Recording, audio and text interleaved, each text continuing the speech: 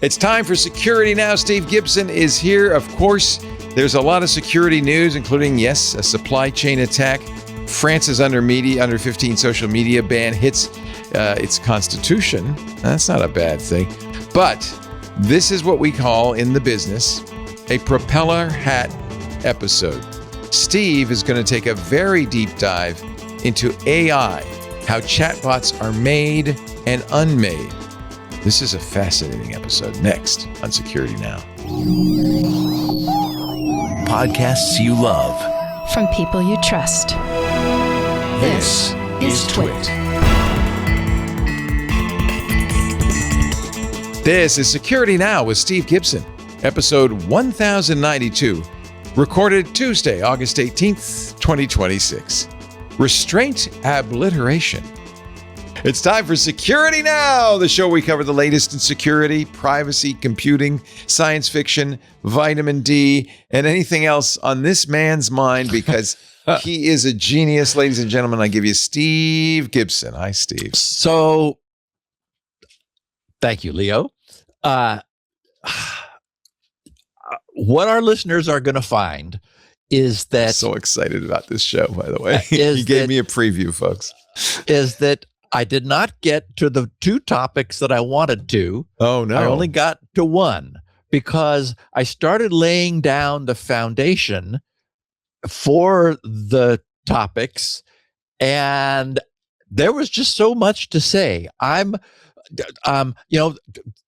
My only defense for this being about AI is that the world is, and security certainly is. I mean, I don't have to even explain that anymore. As we said, Black Hat a couple of weeks ago was like the AI conference that happened to be doing security as the reason for spending all that money. I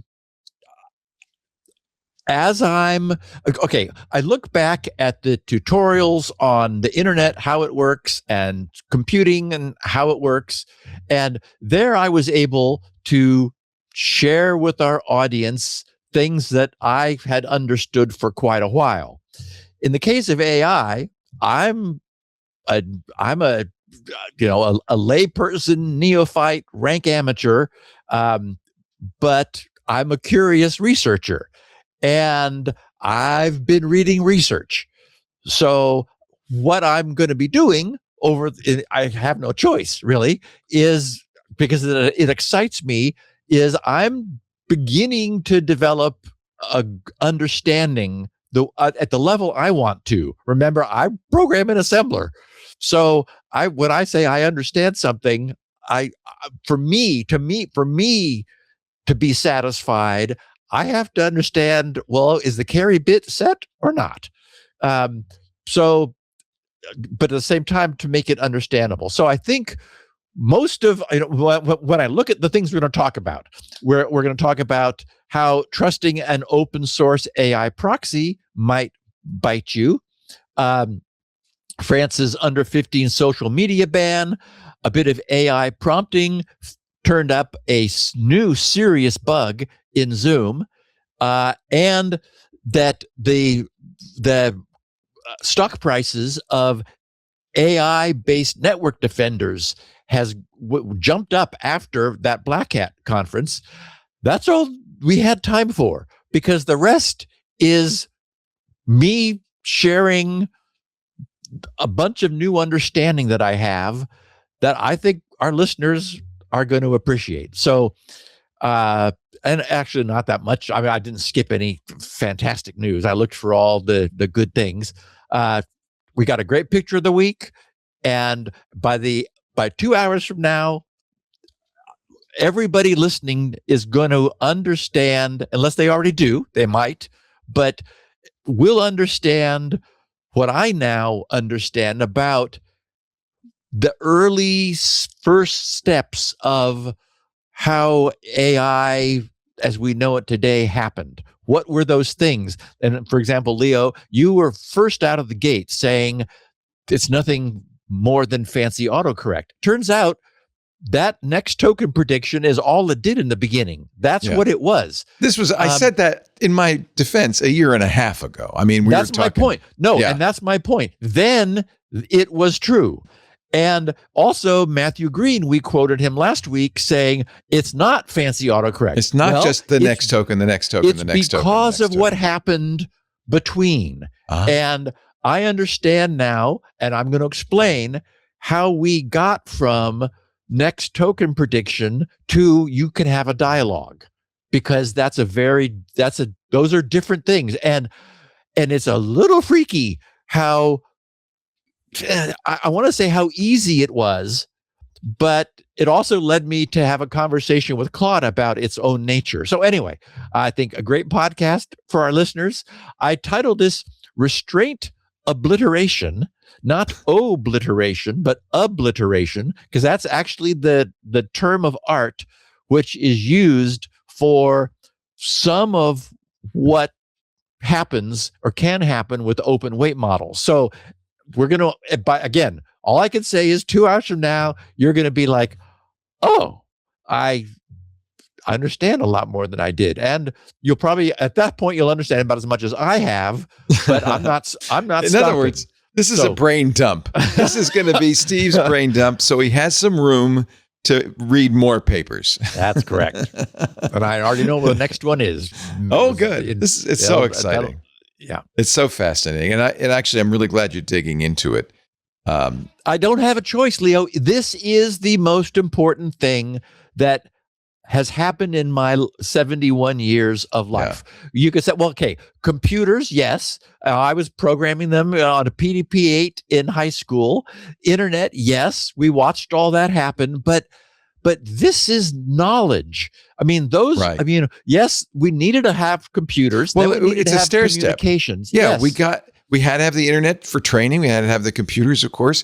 I would throw mobile in as another big revolution.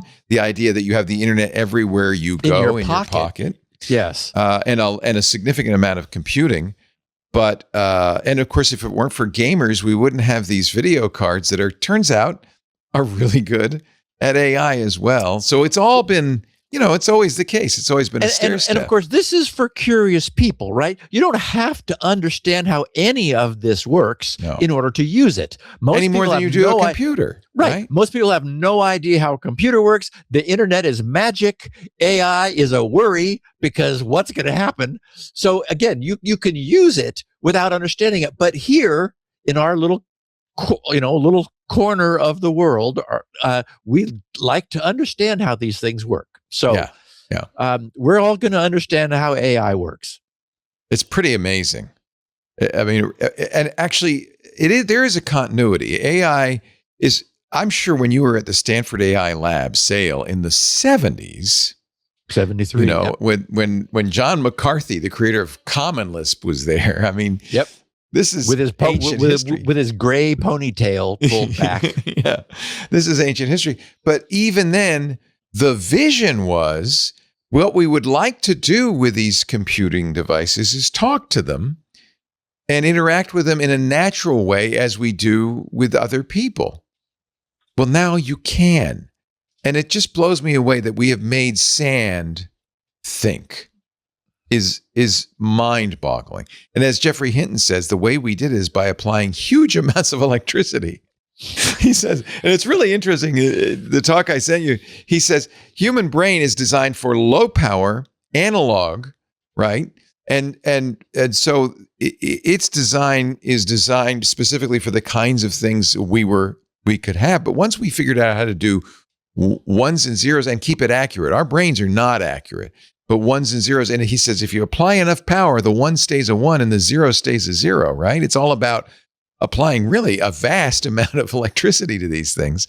Once you could do that, then you have something that is analogous, but not the same as a brain and can do some interesting things. And that's what we're going to talk about next on Security Now.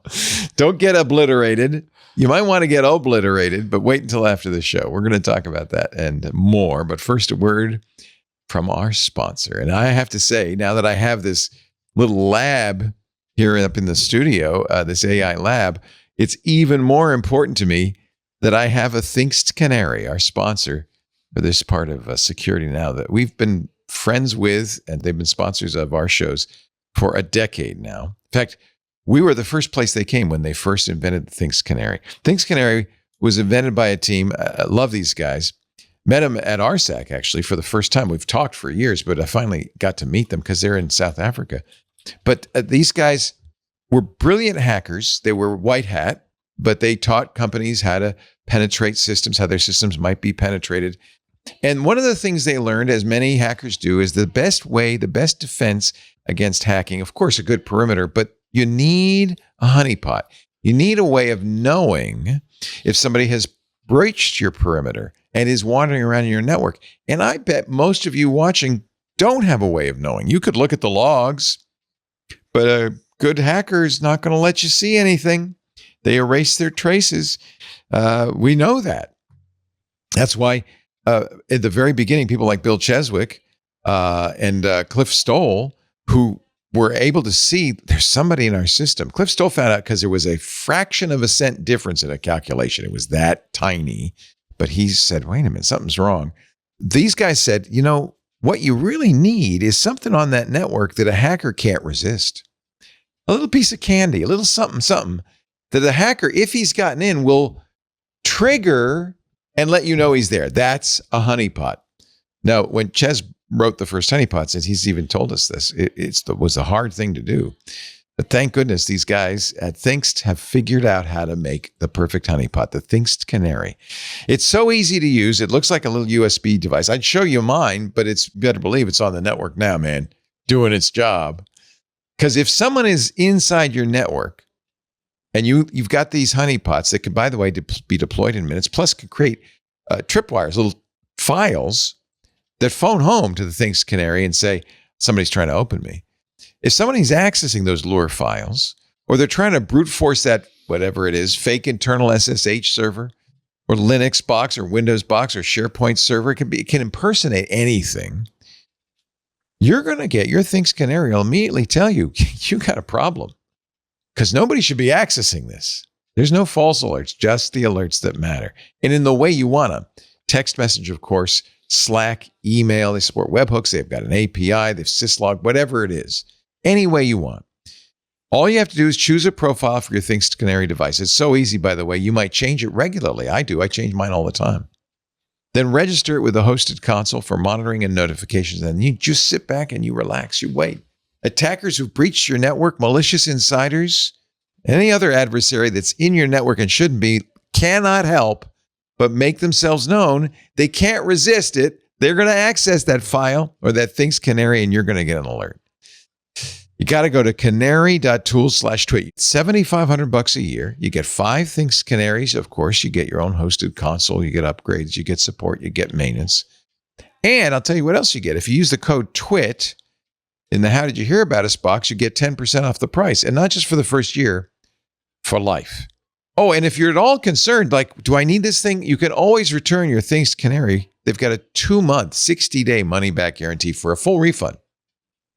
I should tell you, though, in this whole decade that they've been partnering with us, doing these ads, 10 years, that refund guarantee has never been claimed, not even once. Visit canary.tools/twit, canary.tools/twit. Enter the code TWIT in the How Did You Hear About Us box. Thinkst Canary. I'm so glad I have one. Now that I have something on my network, I really want to protect my AI. I want to make sure that nobody's in here messing around. All right, Steve, picture of the week time. So this picture generated a great deal of feedback, furor, hubbub from our listeners. The email went out. I forgot to mention a week or two ago that I broke 21,000 subscribers. Wow. So we're north of. You got more subscribers than TWiT has club members. That's very nice. Good job. That's and I that's because it's great. Free, I might add. Yes. And great feedback. So first of all, I gave this picture the caption, "This actually happened in Albania. Was it an accident or a very clever way to create a bridge across the river. All right, I'm scrolling up for the first time. I haven't seen it. Wait a minute. There's a bus. Whoops. Now, wow. You wonder, looking at this. So for those who are not seeing the video, we have a long, very green, it's got Go Green, hybrid city bus.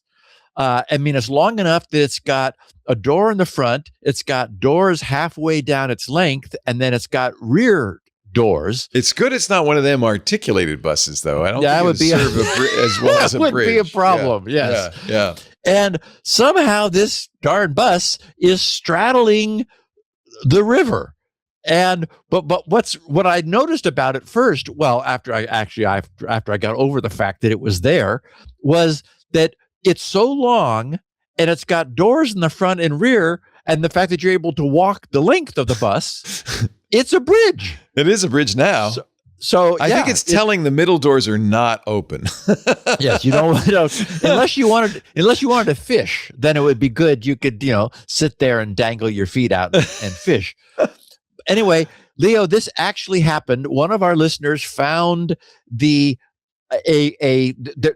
have a link at the bottom of the picture of the news, because some people who didn't see that said, "Oh, that's AI. That. How could that bus possibly get into that position?" Because you would think, looking at it, it would just go nose down into the river. Right? How could it get on the other side? It turns out it's the bizarrest accident. And by the way, it's not an intentional bridge because there is crime scene tape across the bottom. That's true. They don't want people to use this. They're trying to keep people out. No, there's one of our listeners found one of the news reports where they did an animated recreation of the accident. There was a Mercedes being driven by a younger man, and I read the news report. I don't remember the ages, but he was like 27 or something. And so now there you can see a picture, and notice underneath the front, Leo, are white lights. Yeah. That's the Mercedes. God. So not good. The Mercedes was driving to the left of the bus when the bus driver lost control, turned to the left, knocked the Mercedes off the road. It preceded the bus into the river, flipped upside down, and the bus rolled over it. So Mercedes formed a brief stone in the middle of the bridge that allowed no deaths, thank goodness, but 6 people were injured. Here's another picture of the scene. Yeah. Wow. Holy cow. The Lana River. So I would have said Photoshop for sure. Yeah. No. It's nuts. No. It's nuts. I mean, That's you wild. needed another car there for the bus to drive over the car in order to get to the far side. And then they pulled the car out from underneath. Crazy. So, wow. Crazy. Well, I'm glad the driver survived. Man. Anyway, thank you, one of our listeners who sent this to me and thought maybe this would be a good picture of the week. And I agree. Okay, so as I promised last week, there are 2 very important pieces of core AI technology that I wanted to discuss. And I also promised last week that we were going to do a deep dive into aspects of the operation of today's AI. Well, that turned out to be more true than I expected, so much so that it entirely crowded out the second of the 2 topics that I had planned to get to. But fear not, we're going to have another deep dive into that second topic next week, and that's the role confusion topic, Leo, which you and I talked about at Black Hat, the research paper that I read during the flight there, and I said, OMG, how wow, can that still be the way things are being done today? And I've confirmed, yes, unfortunately, it is. Not as weird as a bus crossing the river, but it's close. It's close. It's up there. Yeah. Okay, so we're going to start by covering some important recent security events and then get into understanding this first of the 2 core issues of the way AI works. Last Wednesday, Ars Technica's great security topic writer Dan Gooden reported under the headline, "Terabytes of credentials leaked in massive supply chain attack," was Ars headline. And of course, that was the kind of thing I would have chosen to share even a few years ago. But the thing that raised my interest another several notches was the article's tagline, which read, "That data, that is the terabytes of credentials, was scraped and exfiltrated from 2,500 users of a compromised AI package." So I thought, whoa, okay. It turns out what's even more significant is we're not talking some random end users in Nebraska, who no one knows. Wait till you hear whose credentials were among the more than 2,500 that were stolen. So Dan writes, "Terabytes worth of credentials, many belonging to the world's biggest and most sensitive organizations, have been exposed in a supply chain attack on Light LLM, an open source tool that streamlines AI-driven software development. Microsoft, Amazon, Cisco, Samsung, and Salesforce are only a handful," he writes, "of the entities whose access secrets were exposed." The revelation was posted on Tuesday and Wednesday, that's of last week, by security firms CloudSec, SEK, and Hudson Rock.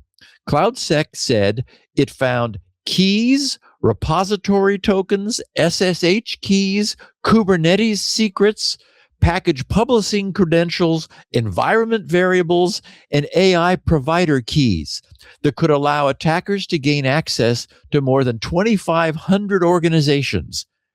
And 40 minutes is all it took. The credentials were extracted during a 40-minute window in March, while the victims used, obviously unknowingly, compromised versions of Light LLM, which had been downloaded from the package's official location in the Python package index repository, PyPI. Hudson Rock said it made the discovery after analyzing a 195 terabyte file that it had obtained. Neither firm identified the source of the information. The Light LLM compromise was the result of get this, Leo, this will ring some bells, a previous supply chain attack that infected the widely used vulnerability scanner Trivy. And remember that we had talked about this months before. Other software infected in the campaign includes KICS and the Telnix Python SDK.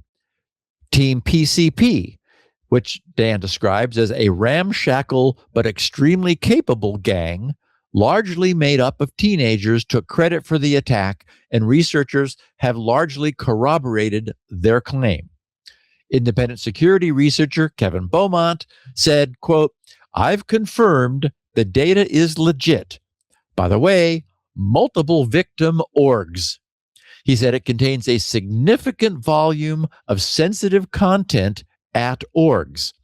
It's a massive supply chain breach due to poor AI security, not because AI is the threat, but teens can now run circles around orgs obsessed with rushing out AI and poor DevOps security. And I'll just explain that a little bit here. I'll take a moment. Light LLM was compromised. It's not that AI was used in the compromise. It's that Kevin is saying that the way Light LLM is used, the way it needs to be used, that is to be a proxy for other AI services, means that you need to give it all your secrets so it can act on your behalf. We've talked about this fundamental problem previously, and a lot of orgs just got bit by it. Anyway, I'll have more to say here in a second. So continuing, Dan writes, the compromised versions of all 4 software packages contained, four packages compromised by Trivy contain code that accessed the memory of infected machines, scraped its contents, and exfiltrated it through an attacker-controlled channel. The data is filled with an assortment of information, and again, 195 terabytes. So it's like a wealth, but you got to find the goodies in there. Interspersed in the wall of data are credentials to software pipelines maintained by tens of thousands of organizations that ran Light LLM during the 40-minute span that the supply chain attack remained active. In all, both security firms said some 434,000 CI/CD, continuous integration, continuous delivery, software pipelines had credentials exposed after running the compromised Light LLM versions. There were 2 versions that were compromised. I'll clarify that in a second. In many cases, the researchers at CloudSec and Hudson Rock had trouble identifying, which is a problem, the organizations the credentials belonged to. For instance, an email address in the dump from the domain @SiriusXM.com ultimately did not indicate a breach at the satellite broadcaster, but rather within the infrastructure of SiriusXM's subsidiary AdsWiz. A trove of internal corporate secrets were found exposing sensitive tokens for platforms such as Salesforce_client_secret and Slack_signing_secret and Microsoft Azure environments.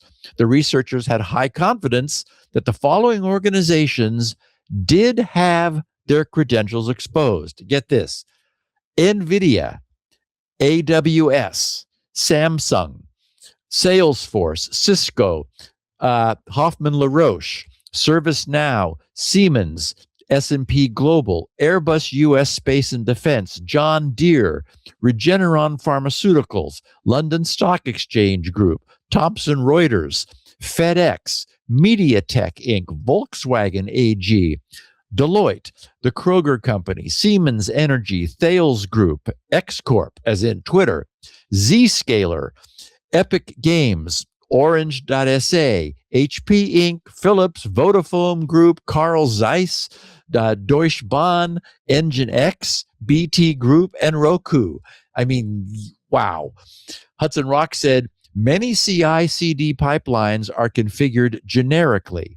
The dumped variables contain active database passwords, third-party API keys, and cloud credentials without any identifiable company email, custom domain string, or internal server name. This means that countless organizations which they were unable to identify currently, as in still, have active secrets sitting in this database.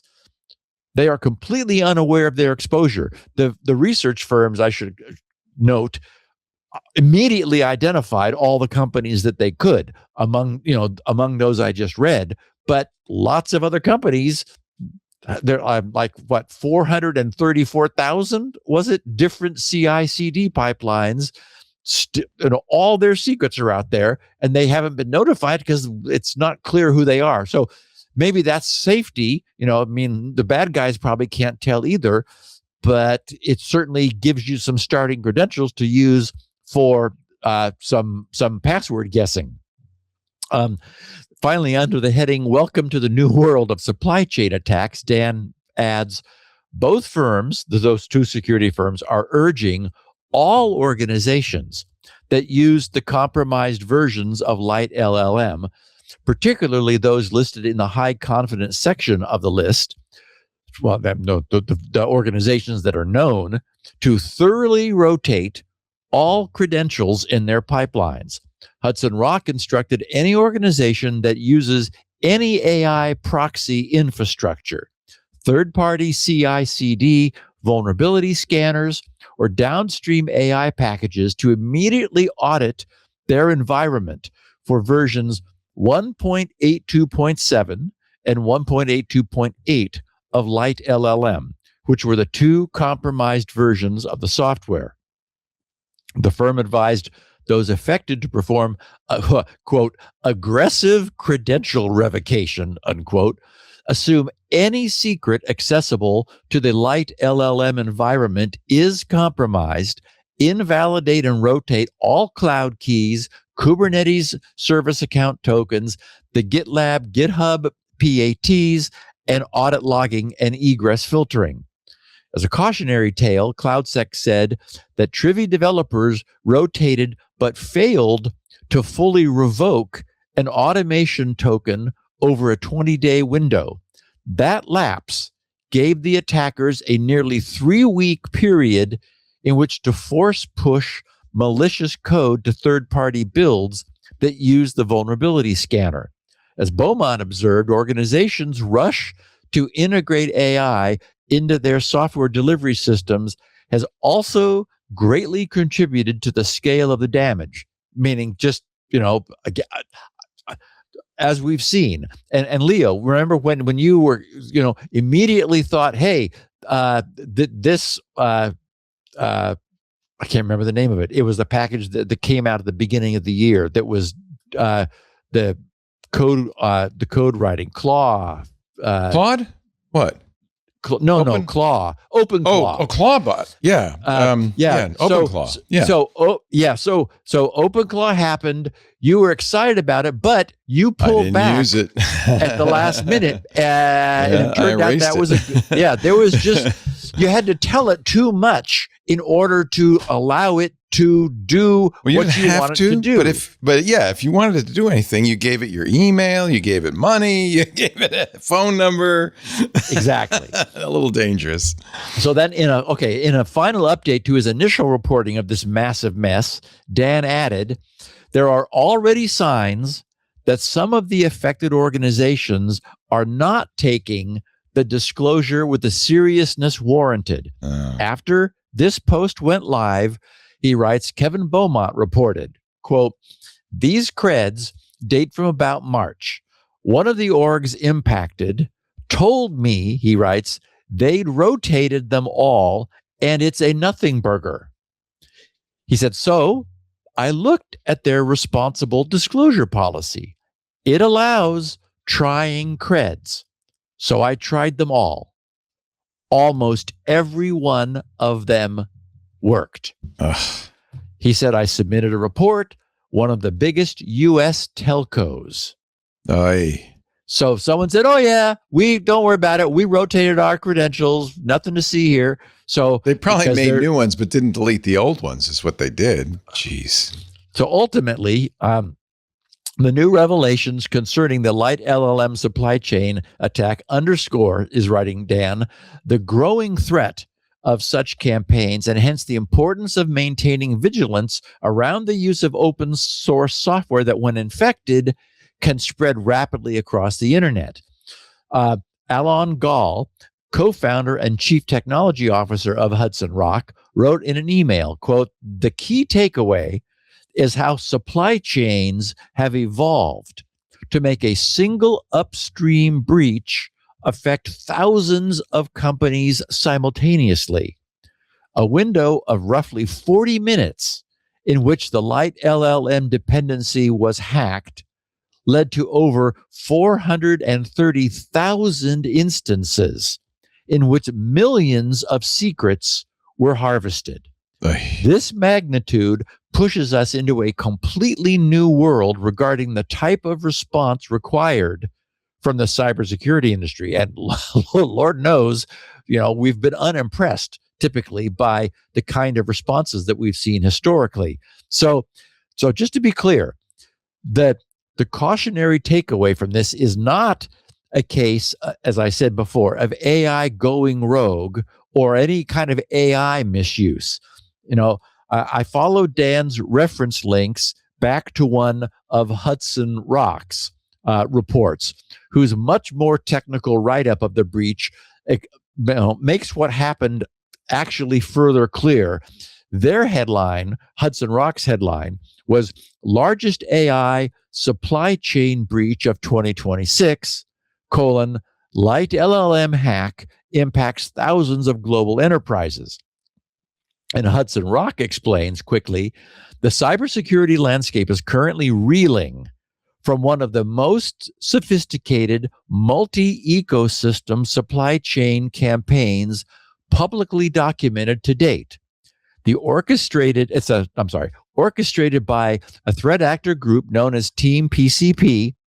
This cascading attack ultimately compromised Light LLM, a widely adopted open source AI proxy gateway, leading to the silent exfiltration of deep developmental secrets from thousands of continuous integration and continuous deployment pipelines worldwide.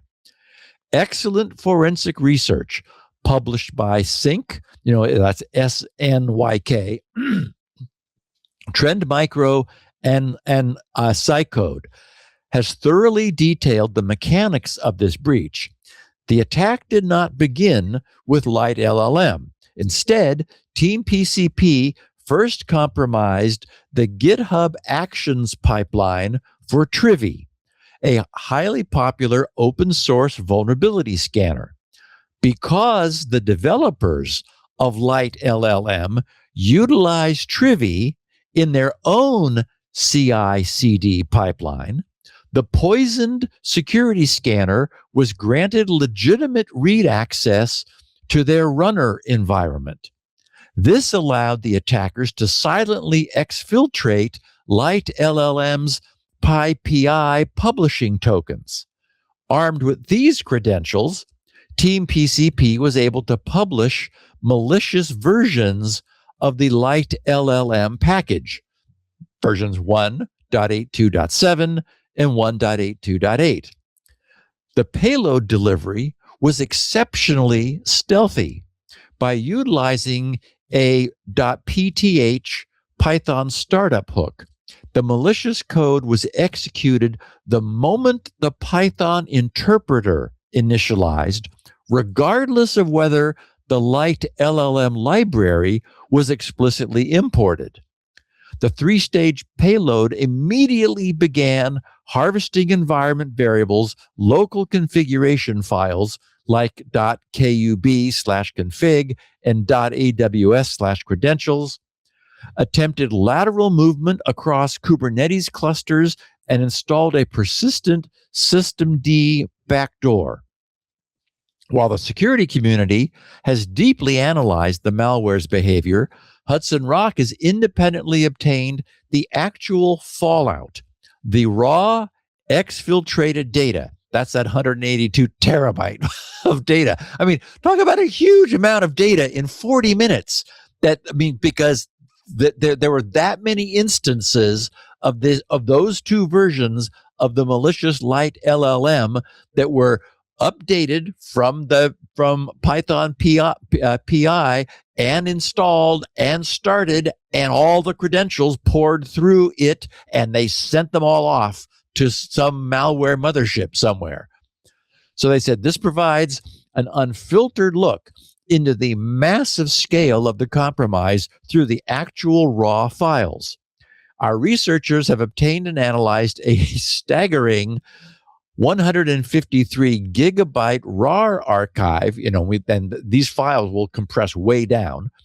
This massive corpus contains exactly 433,909 files. Through our analysis, we've successfully attributed 118,829 CI runner dumps to 2,488 affected corporate domains. Whether a developer, machine, production server, or CI/CD pipeline executed the compromised Light LLM package, the threat actors successfully harvested the live environment memory and configurations mid-execution. Okay, so the real takeaway from this is that the massive adoption of the automation of development and delivery will tend to coalesce around relatively few most popular best of class tools. This naturally makes those tools a highly valuable target for attackers. Over at GitHub, the Lite LLM repository describes itself, writing, Lite LLM is an open source AI gateway that gives you a single unified interface to call more than 100 LLM providers, OpenAI, Anthropic, Gemini, Bedrock, Azure, and more, all using the OpenAI format. Use it as a Python SDK for direct library integration, or deploy the AI gateway, a proxy server, as a centralized service for your team or organization. Managing LLM calls across providers, multiple, Anthropic, OpenAI, Gemini, so forth, multiple providers. They say managing those calls gets complicated fast. Different SDKs, different auth patterns, request formats, and error types for every model.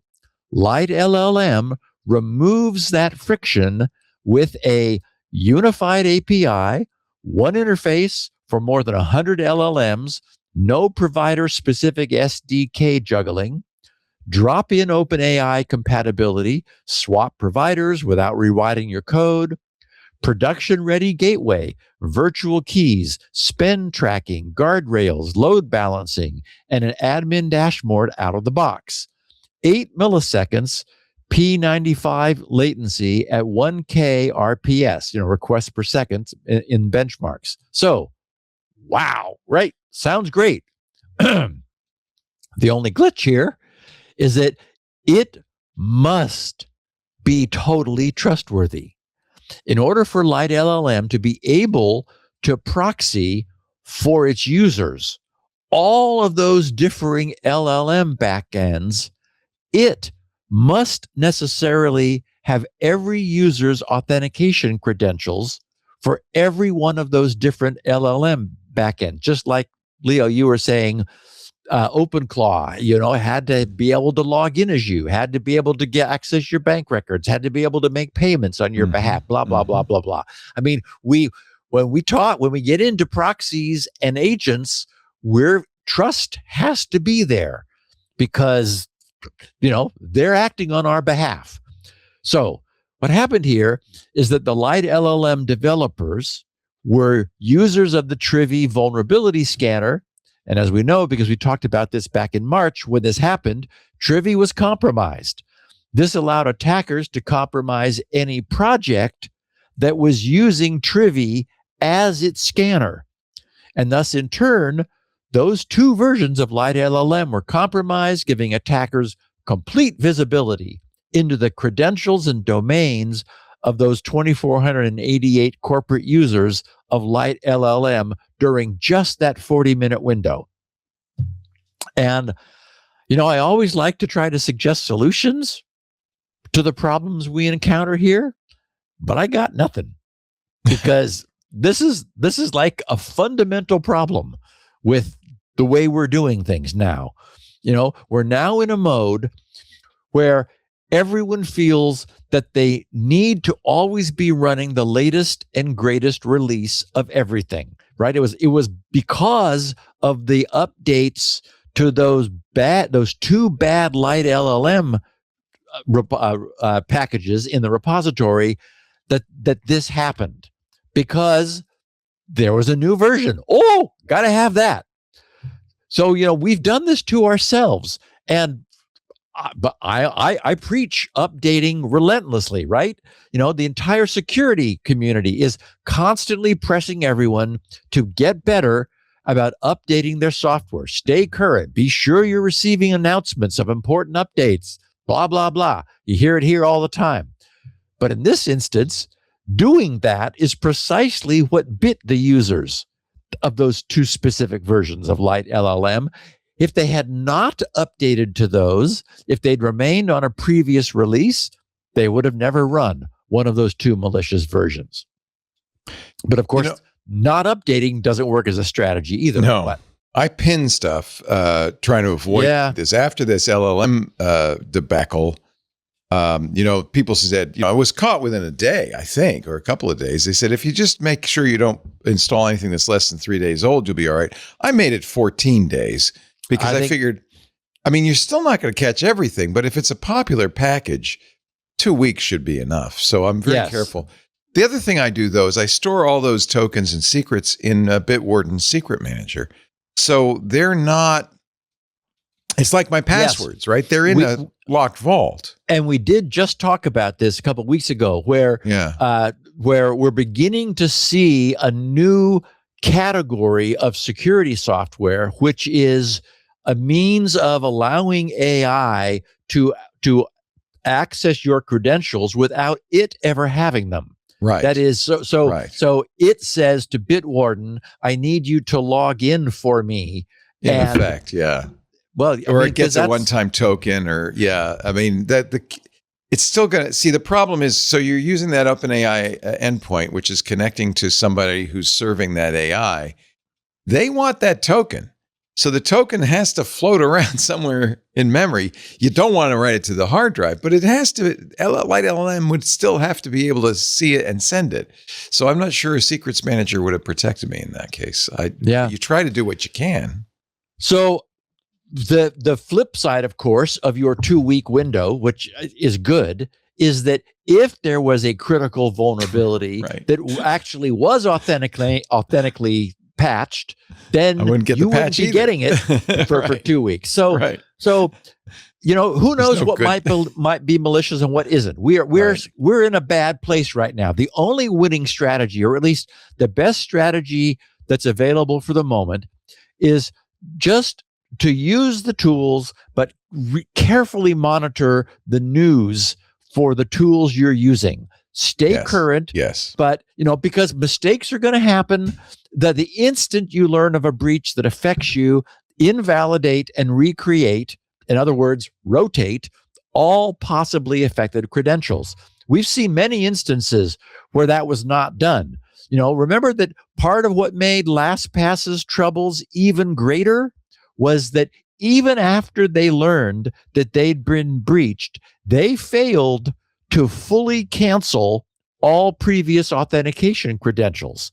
And as a perfect case in point, we learned that, from Kevin Beaumont's test, a major telco did not actually rotate their credentials when they had claimed to. So I guess there actually is an important and practical takeaway from this.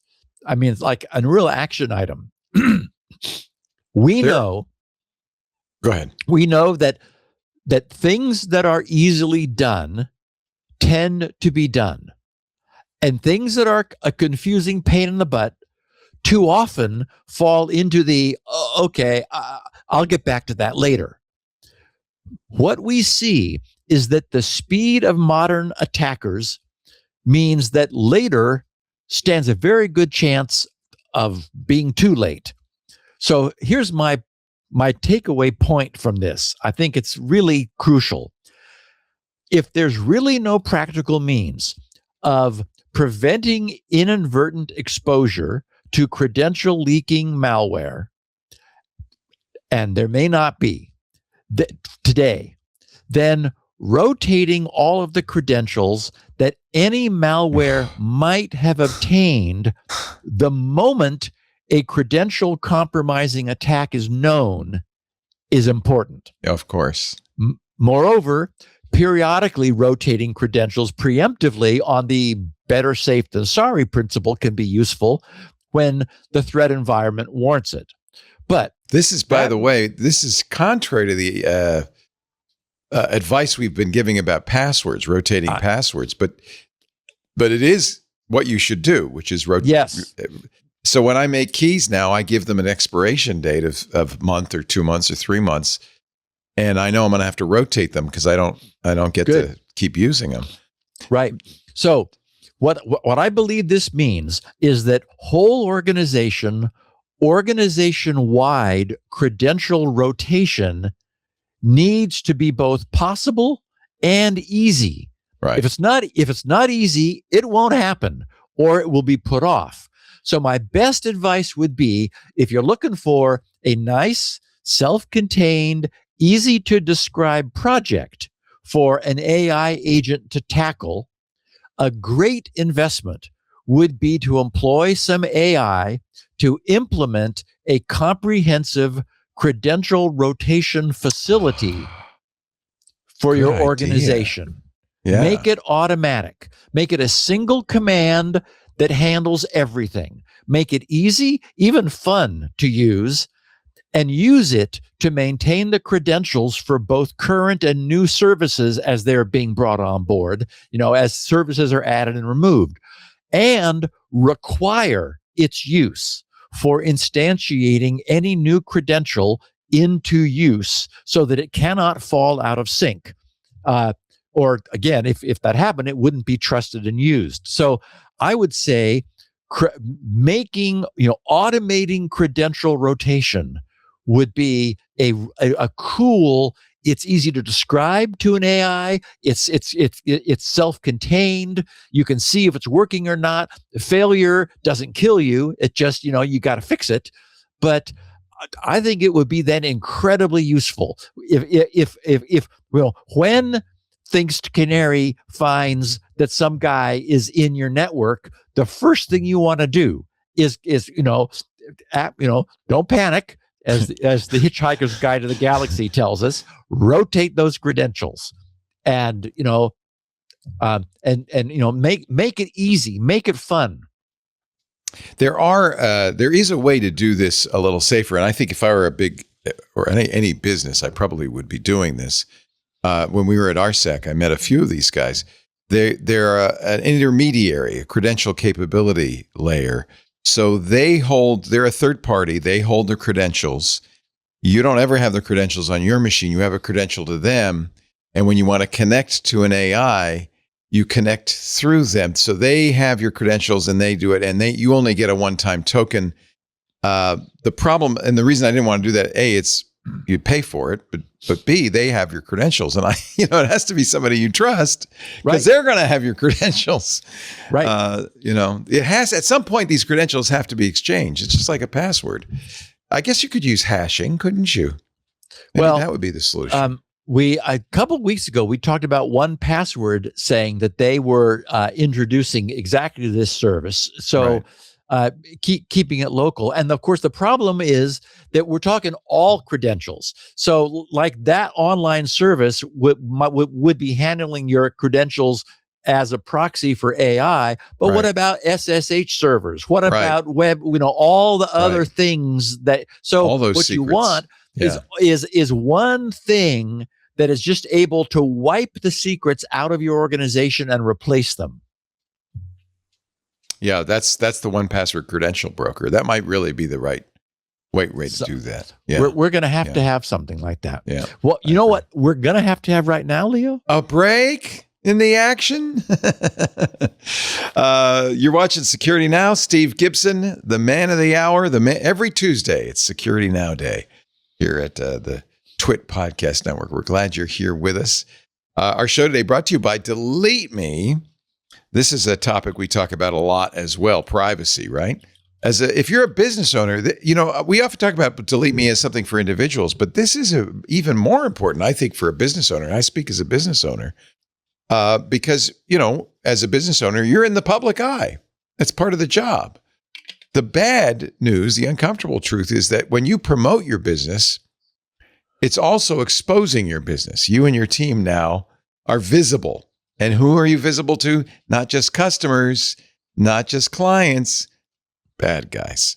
Right now, 90% of business owners, this is a devastating stat, have their home address easily discoverable online. 90%. The average owner has more than 600 pieces of personal information just sitting there on the open web. We're talking your personal email, your phone number, your home address, even details about your family. And why? Because of data brokers. I hate data brokers, the cockroaches of the internet. And hackers know this. They know they can get this data cheap. They just buy it from the data brokers and they use it for a variety of things. They can run hyper-targeted phishing attacks. You know, if they have your real details, they don't sound like strangers. They sound like clients or partners you already trust. We got bit by a phishing attack exactly like that. A client we've done business before sent us a request for a proposal, an RFP. And we thought, well, of course, this is, we've dealt with them before. But it was a man-in-the-middle attack, what looked like a login to their Google Drive, or actually our Google Drive, so we could fill out a form, was a man in the middle. It looked just like a Google login, but our employee put the information in. They even put the two-second factor authentication in, and bingo, the bad guys were in. That's because hackers know if they sound like a client or a partner you already trust, you can't ignore them. Attacks that use verified personal information like that are 5 times more likely to succeed. And the average incident, it can cost you a lot. Didn't cost, we were lucky, we caught it, but it can cost a small business more than $120,000. And we're one in 4, 25% of all businesses will be impacted this year alone. That's why Delete Me is so important. That's why we use Delete Me. It reduces your exposure by up to 95% by removing you and your employees' personal information from those evil cockroaches, the data broker websites. But when you get your information off of it, it starves hackers of the fuel they use to build their targeted lists. And it's not a one-time thing. It can't be, because like a cockroach, you just can't stop these data brokers. You get it deleted, but then they change their name, they declare bankruptcy and move to another state, and they just got all the data up again. Well, Delete Me constantly monitors and removes your data. They know the names of these guys. They keep track. When the new ones start up, they're there. And Delete Me will send you a regular privacy report, so you always know where things stand. We just got our email the other day. Really interesting. You think I cleared it, but you got to keep doing it. That's why the biggest and the best Fortune 500 companies and government agencies have trusted Delete Me for over 15 years. And now the same protection those big businesses and government can get is available for your small business. Protect your business. Protect your peace of mind. Do what we did. Go to joindeleteme.com/twit-biz to start protecting your business with Delete Me today. And if you use that link, you'll also get a free year of social media protection for every seat you purchase. Let's joindeleteme.com/twit-biz. Now, I want you to get that address right. Don't Google it. I know a lot of times people just go, I remember hearing the ad and they Google it. But there's another Delete Me in the EU that is completely different. It's a GDPR deletion site. So it's not what you want. You want the broker deletion site. And for that, you have to visit this exact URL, joindeleteme.com/twit-biz. All right. That's the one you want. That's the service you want. And I can tell you from personal experience, it really works. joindeleteme.com/twit-biz. Now back to Mr. Gibson. France's recently celebrated ban on social media access for all children younger than 15 hit a bit of a snag. Last Friday, Reuters reported the following. They said France's top court on Friday blocked a bill banning social media access for under 15s, saying it infringed upon freedom of expression and delivering a setback for President Emmanuel Macron, who asked his government to rewrite the legislation. The bill would have barred children younger than 15 from opening a social media account beginning September 1st, and all accounts already open would be closed by the year end, which would also need to use age verification provided by the French privacy regulator. But Reuters writes, France's Constitutional Council found that the bill, while requiring everyone to give proof of age, failed to, quote, specify the conditions and limits under which it should be provided, as well as infringing upon freedoms and privacy. So that's their report. As we immediately understood when this began to happen in the U.S. In the context of U.S. domestic legislation to control the viewing of pornography online. We've noted that blocking anything for all users below a certain age inherently requires everyone's age to be known. There's no way around that.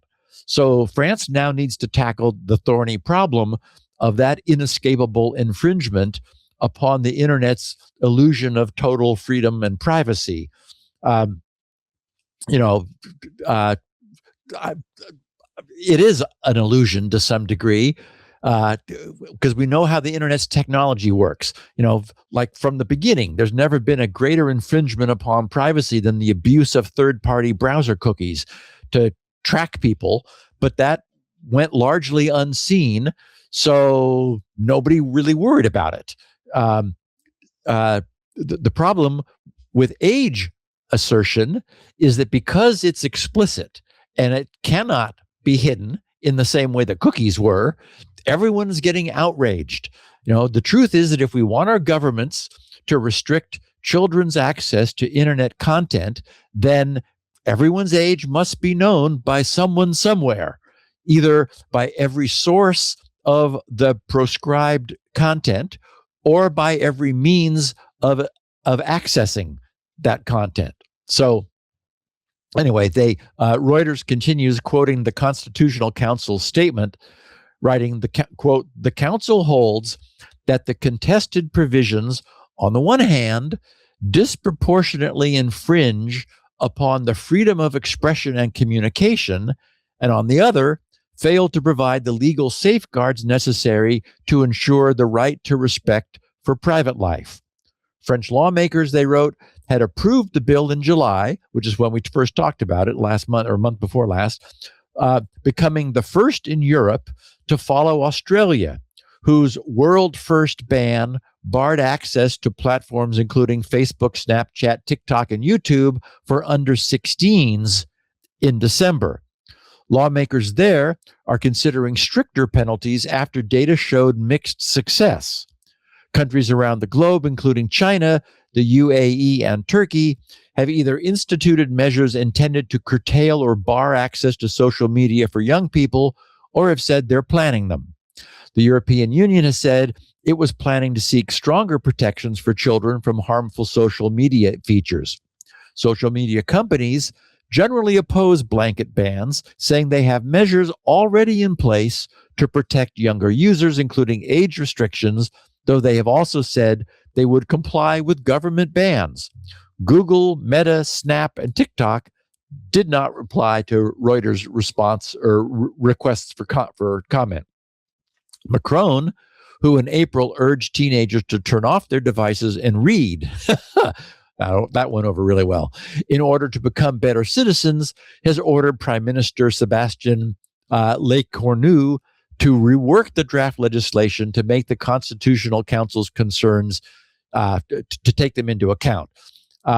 They said in a statement that they were determined for the reform to take effect before the spring of 2027, when France holds its presidential election. So anyway, Macron has not given up.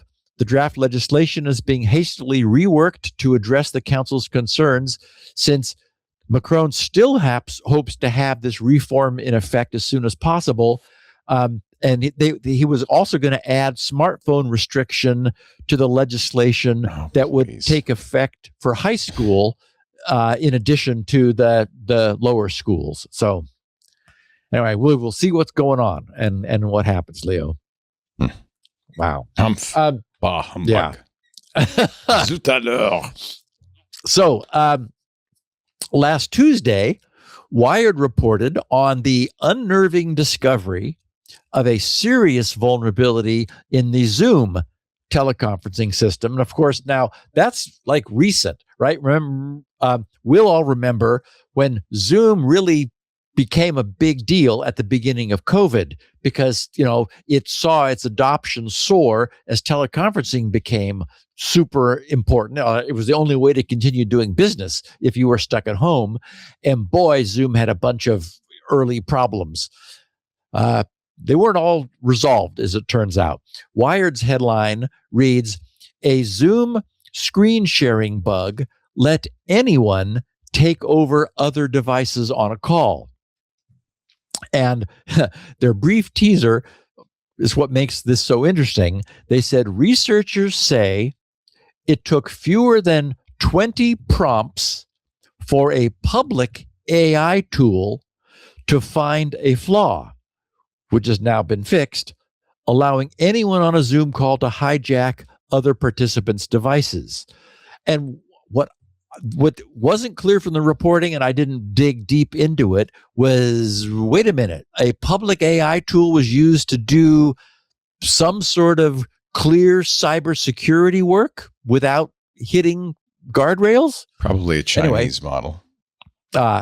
Could be. Oh, Yeah. Good point. Publicly available. Yes. Yeah. So Wired said, as AI models gain advanced capabilities to find vulnerabilities in software, develop ways to exploit them, and even carry out autonomous hacking sprees, all of which we've been seeing, researchers offered a sobering new example on Tuesday, disclosing vulnerabilities in the video conferencing platform Zoom that could have been exploited to take over targets' devices. Anyone on a call that involved screen sharing, whether participants or the host, would have been vulnerable to a silent attack that could be carried out with no indication and no interaction from the victim.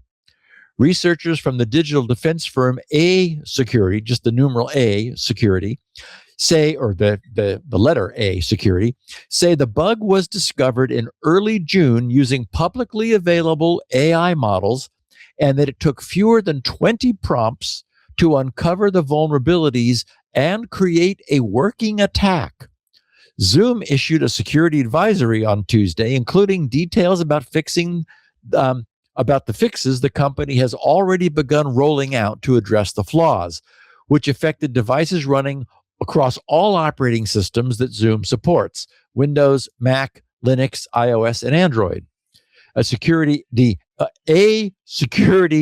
co-founder, the company A Security co-founder, Omar Gull, told Wired ahead of the disclosure, quote, "What's interesting for us and what we believe is dangerous is the democratization of these capabilities. The barrier to entry is dropping rapidly. Before, it would have taken a team of 5 people, maybe 6 months, with a lot of refining and iteration to find this. Now, people can reach the same results with fewer than 20 prompts. And Zoom is an important type of target because people assume trust when using it. They don't see it as a threat." His quote ends. The vulnerabilities, writes Wired, were found in the protocol used to facilitate real-time annotation during screen sharing. The researchers say that their AI bug hunting systems specifically delved into this component because, like human bug hunters, they've been trained that convoluted and obscure functions often contained overlooked vulnerabilities. This is particularly true with proprietary closed source software. An established company like Zoom presumably does extensive code review and vetting on all components and functions, but without the benefit of public open review, esoteric yet complex features like annotation are more likely to contain mistakes. Zoom did not respond to multiple requests for comment from Wired about the A security findings. The bugs are now patched, with Zoom issuing both server and client-side fixes or patches for both Zoom's own servers and the applications that run on customer devices. But the researchers emphasize that it was alarming to contemplate bugs that could have been exploited to take over a target device simply by getting someone on a Zoom call. Joining a call is itself a gesture of trust, but given how ubiquitous video calling is in both personal and professional contexts, and given that Zoom in particular is also widely used for events and semi-public activities like webinars, people typically have their guard down when joining a Zoom. A security co-founder, Yassi Torati, told Wired on a call, "If you just get on a Zoom with us, we can take over your device. The worst case scenario is that we can take over an enterprise just by having this capability in our hands. If I'm an attacker, I can be on a call with someone from a company, take control of their computer and their credentials, and then use them to move laterally across the enterprise." Practitioners often call security a cat and mouse game, but as AI bug hunting proliferates, this delicate dance has become an all-out race, which of course is exactly what we've been seeing. All indications are that the high-tech computer world at every level, from IoT, embedded device to consumer PC and enterprise, probably is heading for a rough patch. So far, as we know, I've been a cheerleader for the fixing the bugs team, and the good news is, indeed been that an astounding number of bugs are rapidly being found and fixed. In those last two versions of Chrome, more than 1,000 total between those two, 149 and 150. But that's also the bad news, because the fact that so many latent problems are being found tells us that the software at every level that we've been living with for years has been demonstrably riddled with previously unknown flaws. So the best that can be said is that the future remains stubbornly uncertain. We're getting the bugs out of the software. And, my feeling is, absent a state actor having some reason to attack another country, the money is still what drives the bad guys. Now that we've got cryptocurrency, now that we've got the ability to exfiltrate and extort, money is the motive. And so there's not money behind a mass casualty event. There's money behind selectively targeting, exfiltrating, blackmailing, extorting, and getting what cash you can. So I don't think we're going to see a big Y2K style. I mean, a Y2K apocalyptic sort of thing. To me, that doesn't make sense because it doesn't make money. And that's kind of a saving grace. It means that there will be people hurt, but their insurance is going to go up and they're going to be paying out of pocket for bad guys having gotten into their system using bugs that are probably latent and aren't their fault and are 0 days. So there's really nothing they could do about it. So hopefully that's what we see, and that over time, the ability to do that dries up because we get our software fixed. Okay, one last piece before we get into our big topic. There are some folks who are, I would argue, justifiably profiting from all of this. Bad guys not justifiably profiting, but good guys. Last Monday, following the Black Hat conference, CNBC reported, they said, cybersecurity stocks of CrowdStrike and Palo Alto Networks jumped more than 5% to new highs on Monday on renewed demand for artificial intelligence security tools following the industry's annual Black Hat conference in Las Vegas. In other words, those guys were there. They were showing off that their AI is going to be used. Now, they're ready to deploy defensive AI solutions, and the world said, we need some more of that.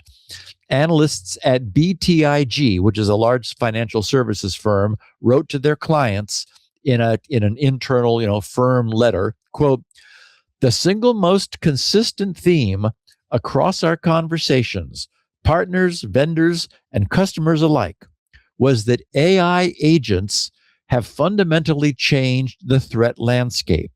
While AI agents have become the predominant attack threat and the environment is meaningfully worse, Deployment and AI security tools are only in the early innings.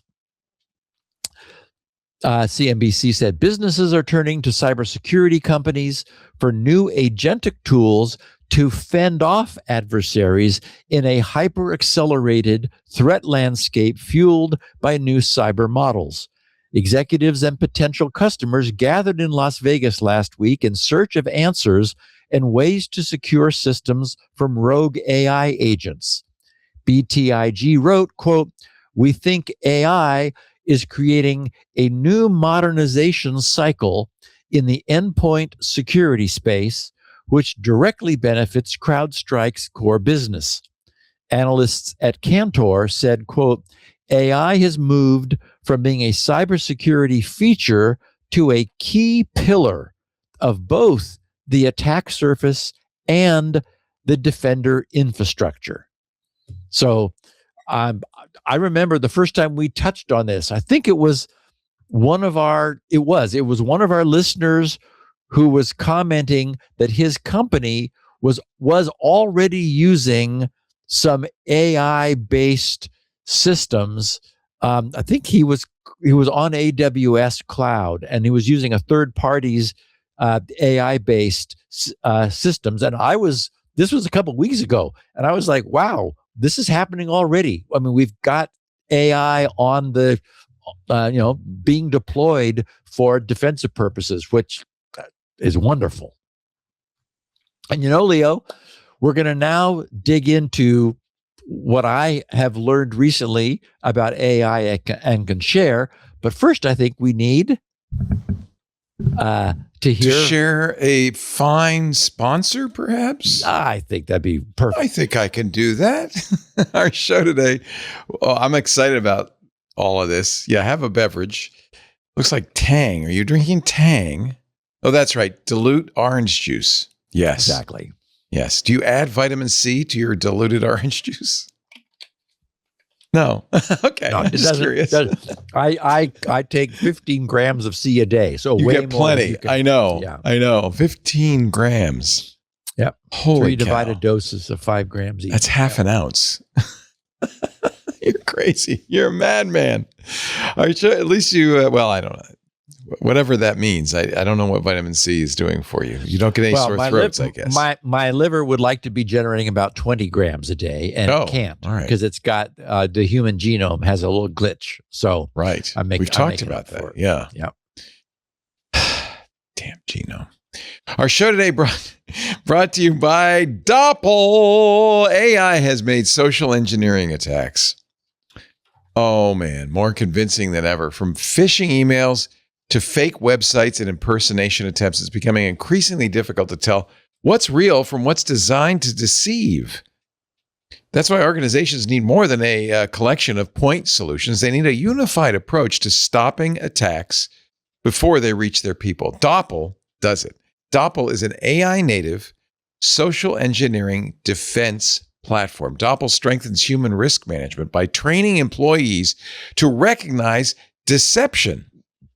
It provides digital risk protection across every channel and delivers agentic email security that doesn't just score the inbox, but takes down the attacker infrastructure behind the message.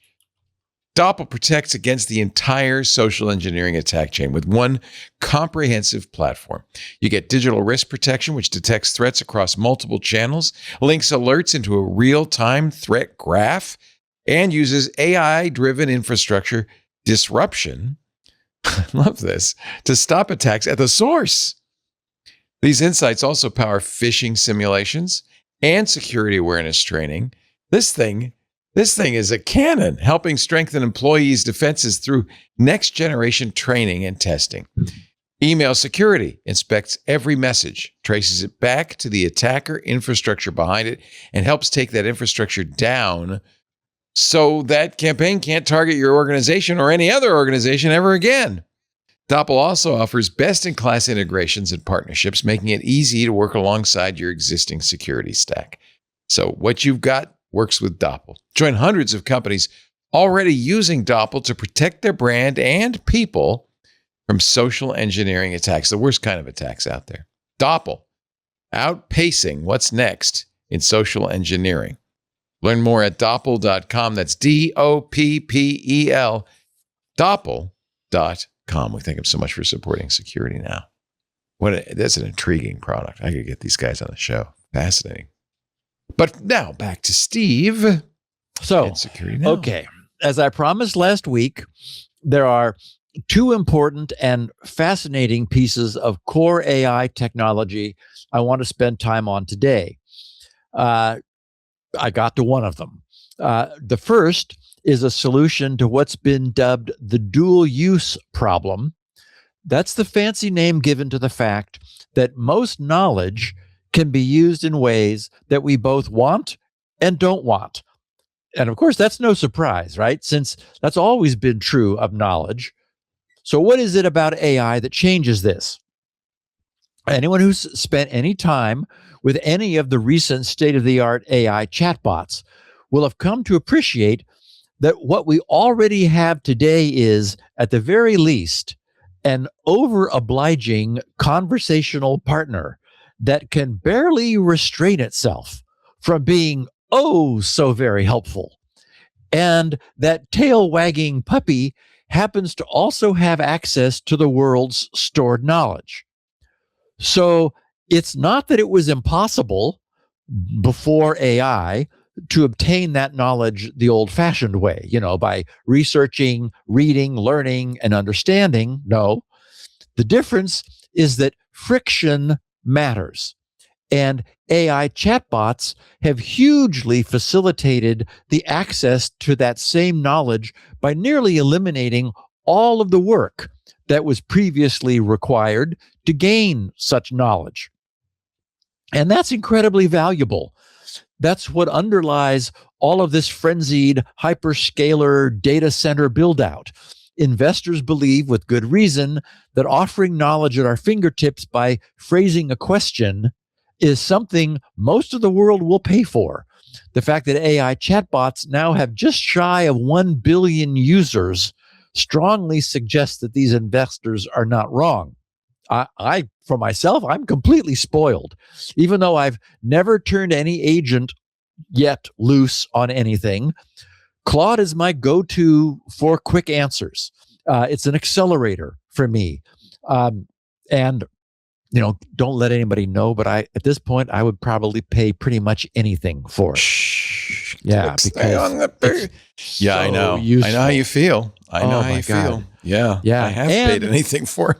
but Leo, you and I already know we're not going to have to, because as I mentioned, I think before the show, it turns out that Lenovo ThinkStation machine that I bought had a strong GPU. It's got an NVIDIA RTX 2000 with 16 gig, and there are useful models now that can run in that. Yep. So, but I'm, still, you're always going to want the latest and greatest, and the best. It won't be as good as Claude. I mean, that's the thing. No, and not yet. No. Next year. And then you can stop. Then you'll be happy, right? So, by comparison, right? Anyone could download the Encyclopedia Britannica or the unabridged Oxford English Dictionary, but you can't ask them questions. Yeah. It's all just dead knowledge lying there. So it's much less entertaining, and it takes a lot longer.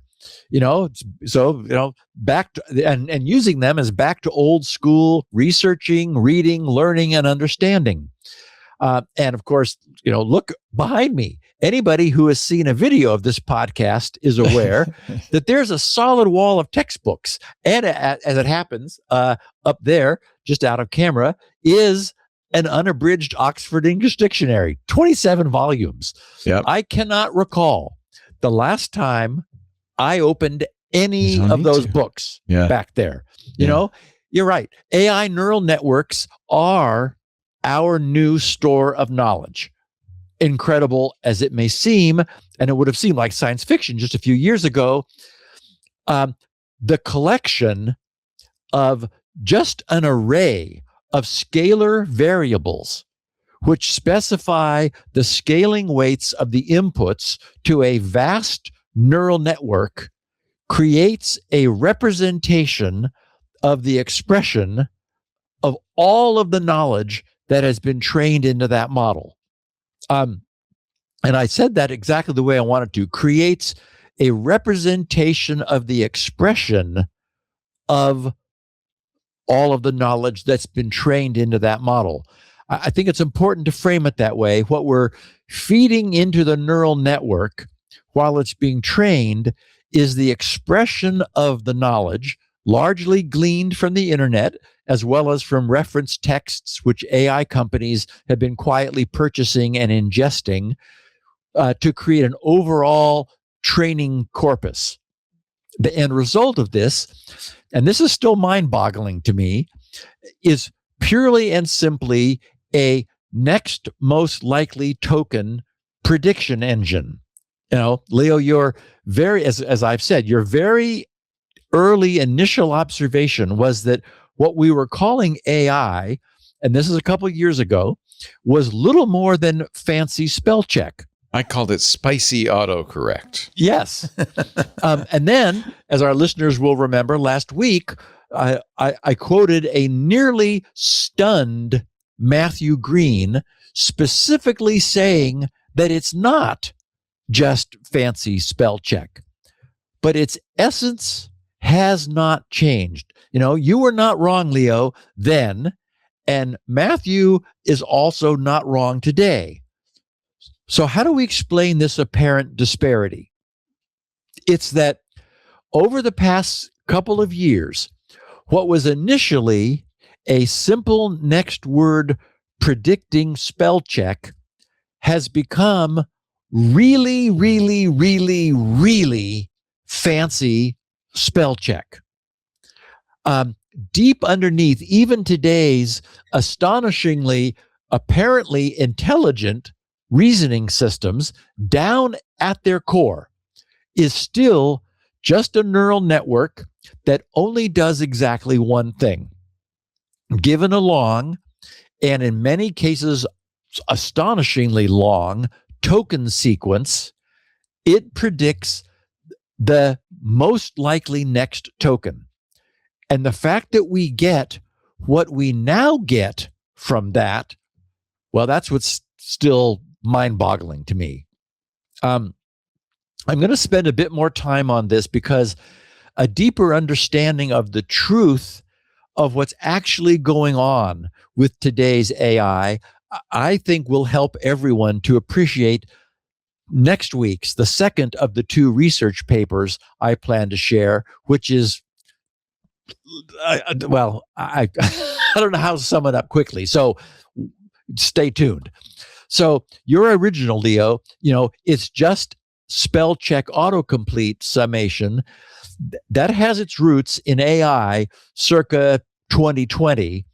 Way back then, if you were to carefully phrase a question to GPT-3, such as, the capital of France is, it would have been able to complete the sentence by omitting the next expected word, Paris. Because the model, that model's, the GPT-3 model's vast statistical data set made Paris the next most likely word. The capital of France is Paris. But if you used question style phrasing back then, what is the capital of France? That would not have been met with the same success. So what happened? Obviously, we have that now. How did we turn these models from autocomplete engines, that's all they could do, into conversationalists? So it took a few years of experimentation, but AI researchers first used something that's now known as instruction tuning. They took the knowledge-trained model and fine-tuned it on and this is, again, another surprise, a surprisingly small set of human-written examples of what good responses would look like. After that, then, something known as RLHF, reinforcement learning from human feedback was used. So this applied preference rankings where, again, humans compared and ranked multiple outputs from best to worst. And that ranking was used to train a reward which pushed the model toward the better behavior. Now, here's the astonishing part to me. Researchers then found that they could employ a comparatively small model of these query and ranked response samples, which then created reward feedback, and that these large language models would and did with startling speed. They were able to generalize from the language patterns of queries and responses across their entire knowledge base. That is, they learned that pattern and generalized it.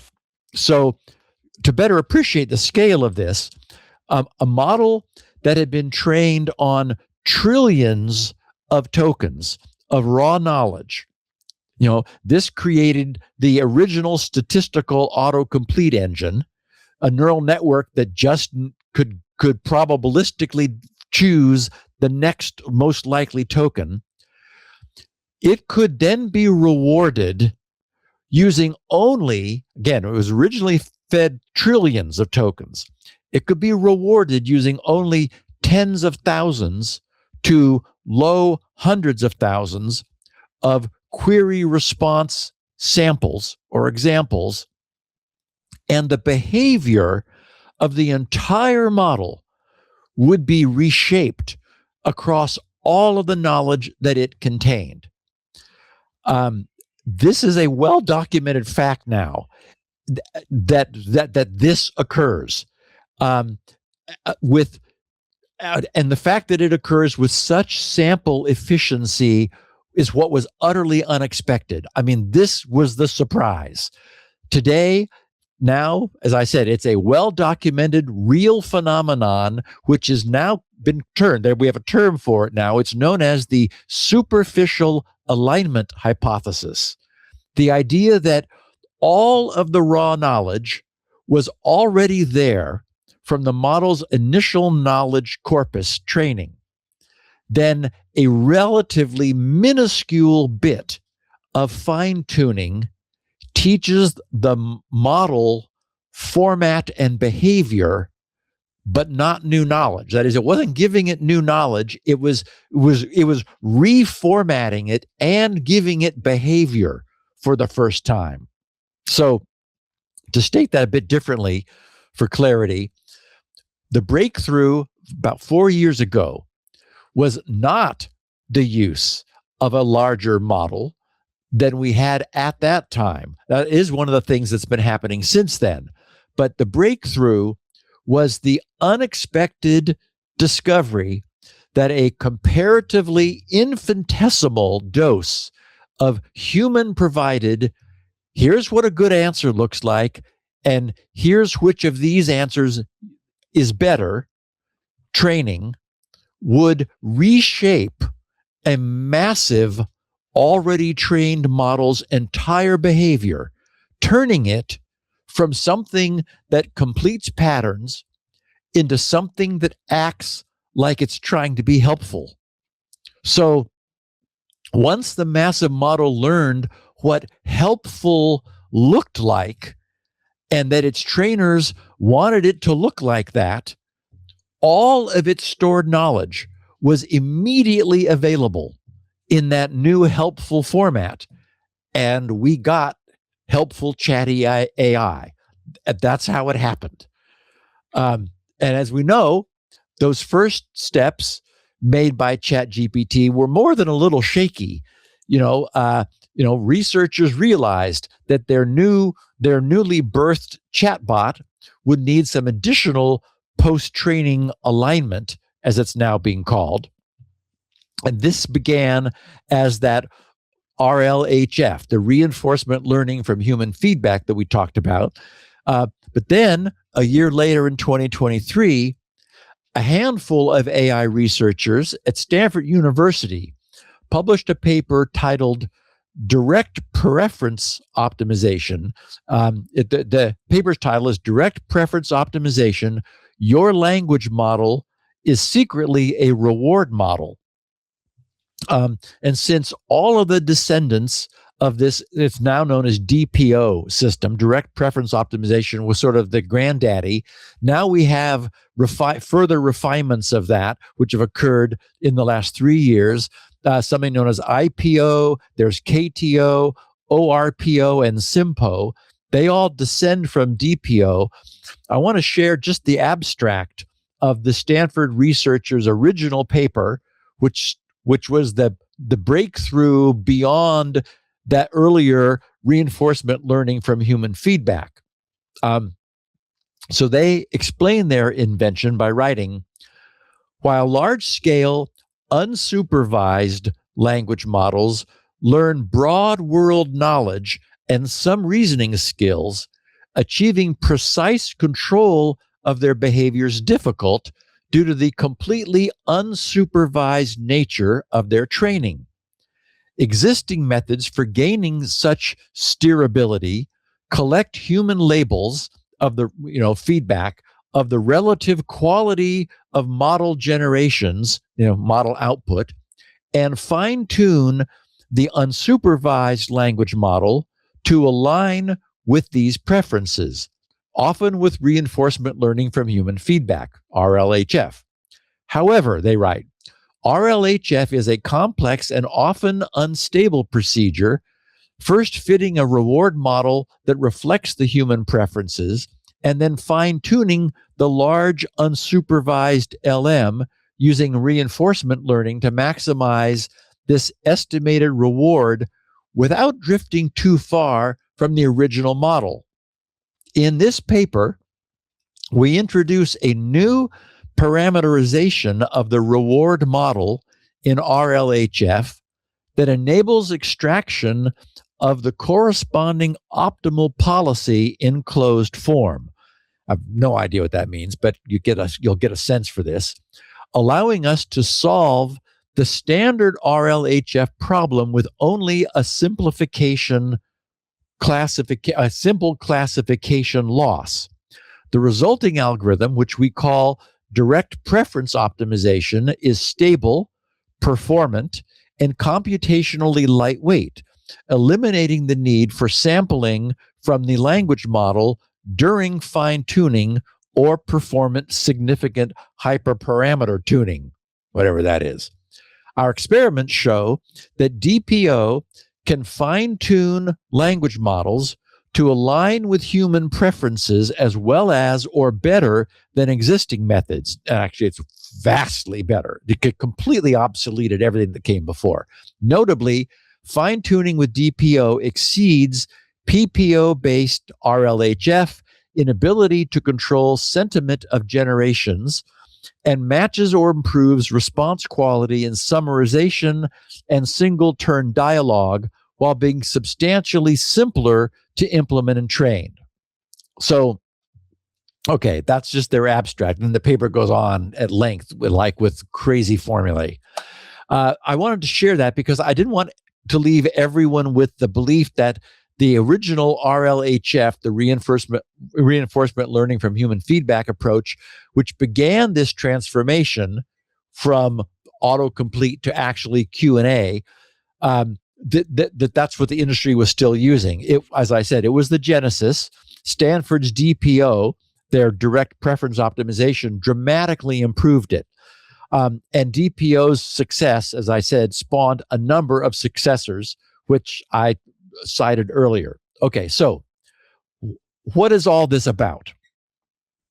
It's about how we take a massive neural network, which has been trained on and contains raw knowledge, which can initially only be used to predict the next most likely token, and impress upon that network actual behavior. That's what's changing here. We're giving this knowledge base a set of behavior. The first example of behavior was turning the network into something that could actually respond to queries. That gave us the first interactive AI. But as I noted, those first steps were somewhat shaky. So over the time, researchers learned that by using the technologies I just described, they could improve the model's instruction following behavior so that it would answer the question that was asked, as well as respect the requested format and length and language. The model's style and tone could also be modified and tuned to improve its response formatting, structure, hedging, politeness, and its own verbosity. These factors were, again, they were given significant weight in the tuning. And as we saw in the early days, sycophancy was an often seen problem. This arose because, we humans reliably prefer being agreed with. So preference optimization trains models toward agreement, and it takes deliberate counter effort to prevent it now. So that's now in place. We've been able to kind of get that under control. Another improvement that was impressed upon models was factuality, preferring responses that will admit uncertainty rather than always confident fabrication. Well, that explains a lot, because hallucination, at least in my experience, has almost disappeared. And I was wondering how they did that. Now we know RPO. All right. Exactly. So the other class of behavior that can be trained into a model is its refusal to provide certain classes of information. That's so. And what's significant is that this exists in two places. This is different than guardrails. There's filtering what you allow the human prompter to get into the model, and then filtering what you allow the model to show of its results. So that's real-time filtering, input and output. But the other place is you can actually train the model itself to refuse, independent of input-output filtering. So, which is to say the harnessing of the model. So it's one thing for a model to contain knowledge that's dual use, which, only authorized users should be able to access. But some model behavior and or knowledge dissemination should be proactively prevented. The test that AI designers apply is termed uplift. That is, does a model meaningfully advance someone's capability beyond what they could already get? Does it uplift them? This falls into two categories. One is where the knowledge is the harm, and the other is where the output is the harm. Examples of knowledge uplift would be, for example, bioweapon synthesis routes, nerve agent production, and nuclear device design. The relevant literature is scattered, it's partial, and it's difficult to assemble. So any model that would synthesize it into an actionable protocol provides genuine uplift toward mass casualties. And the asymmetry is clear, right? Defensive work in these fields does not require the synthesis route. Somebody, a vaccine researcher needs to understand pathogen biology, not a means of enhancing a pathogen's, malicious use. So this list and those examples that I cited, would not take anyone by surprise. They're one category where essentially every AI model provider refuses, regardless of credentials or system prompt. That is, it's not about who you are, what your privileges are on the model. You just can't have that. It's been trained. The model itself has been trained to refuse. Trained in what way? Do they not have the information? We're going to get there. Oh, good. Great. That's a perfect question. By the way, this is fascinating. You know, when the world became aware of this, I mean, the knowledge of this has been around, papers and so forth, for some time. But it was when DeepSeek came out from China, it was the first model to use RLHF, as far as I know. And it was an eye-opener for people because the model was stunning. This was January of last year. I remember it very well. It was a DeepSeek moment. That's when all the stocks of all the AI companies plummeted because people said, wait a minute, the Chinese can do this cheap. Yeah. Very interesting. Now everybody uses RHLF, of course. Yep. Yeah. Yep. Really interesting. Now, actually, would be a great time to take a break. We're a little after an hour and a half in. So we're going to pace ourselves. This is fantastic. Yeah. And you found this by reading papers? Yeah. On archive.org or? They're all there. Yeah. Yeah, Jeff loves reading those papers too. Yeah, there's a lot of garbage there too. That's my only, but you know what to look for. This is like, these were the these are the seminal papers, the founding seminal documents of AI. Yeah, absolutely fascinating. Yeah, three AI researchers at Stanford that figured out, how to improve on RLHF so that's what everyone is using now. Right. That's what you want to look at. It's, the other thing that I find amazing is there are breakthroughs like this happening almost all the time now, that there are researchers all over the world working as hard as their little research brains can to find new techniques. Yes. That's why I keep saying today's AI. I mean, anybody looking back, like just quarterly, look back in 3-month hops and it's clear we're on to something. Oh yeah. And the other thing is that I, from the outside, can put flags in the ground, and exactly when, January 2025 is when DeepSeek came out and everybody said, RLHF, and November 2025 when Opus 4.5, I'm sure get to that. So these internal progress shows up in ways that those of us who use this heavily can see those milestones, the impact of those milestones. I mean, it's very clear. I mean, you don't see hallucinations like you used to, and no. I don't know why. I'm glad you're explaining this. You also see sycophancy going down a little bit, although this is the other thing, is the companies are loath to get rid of the stuff that makes people like me keep using their products, right? So they're not going to get rid of all of that. Just fascinating stuff. All right, we'll be back with more. I hate to interrupt, but we got to pay the bills. Our show today brought to you by Wet My Whistle. Yeah, wet your whistle. And of course, we know this company because they are the people who brought us to Black Hat a couple of weeks ago for that fun conference. That was a lot of fun. We were in the Threat Locker booth, our sponsors, threat actors these days. You know this. We talk about it all the time. They're using AI in so many ways, but one that's really scary is they're using it to automate vulnerability discovery.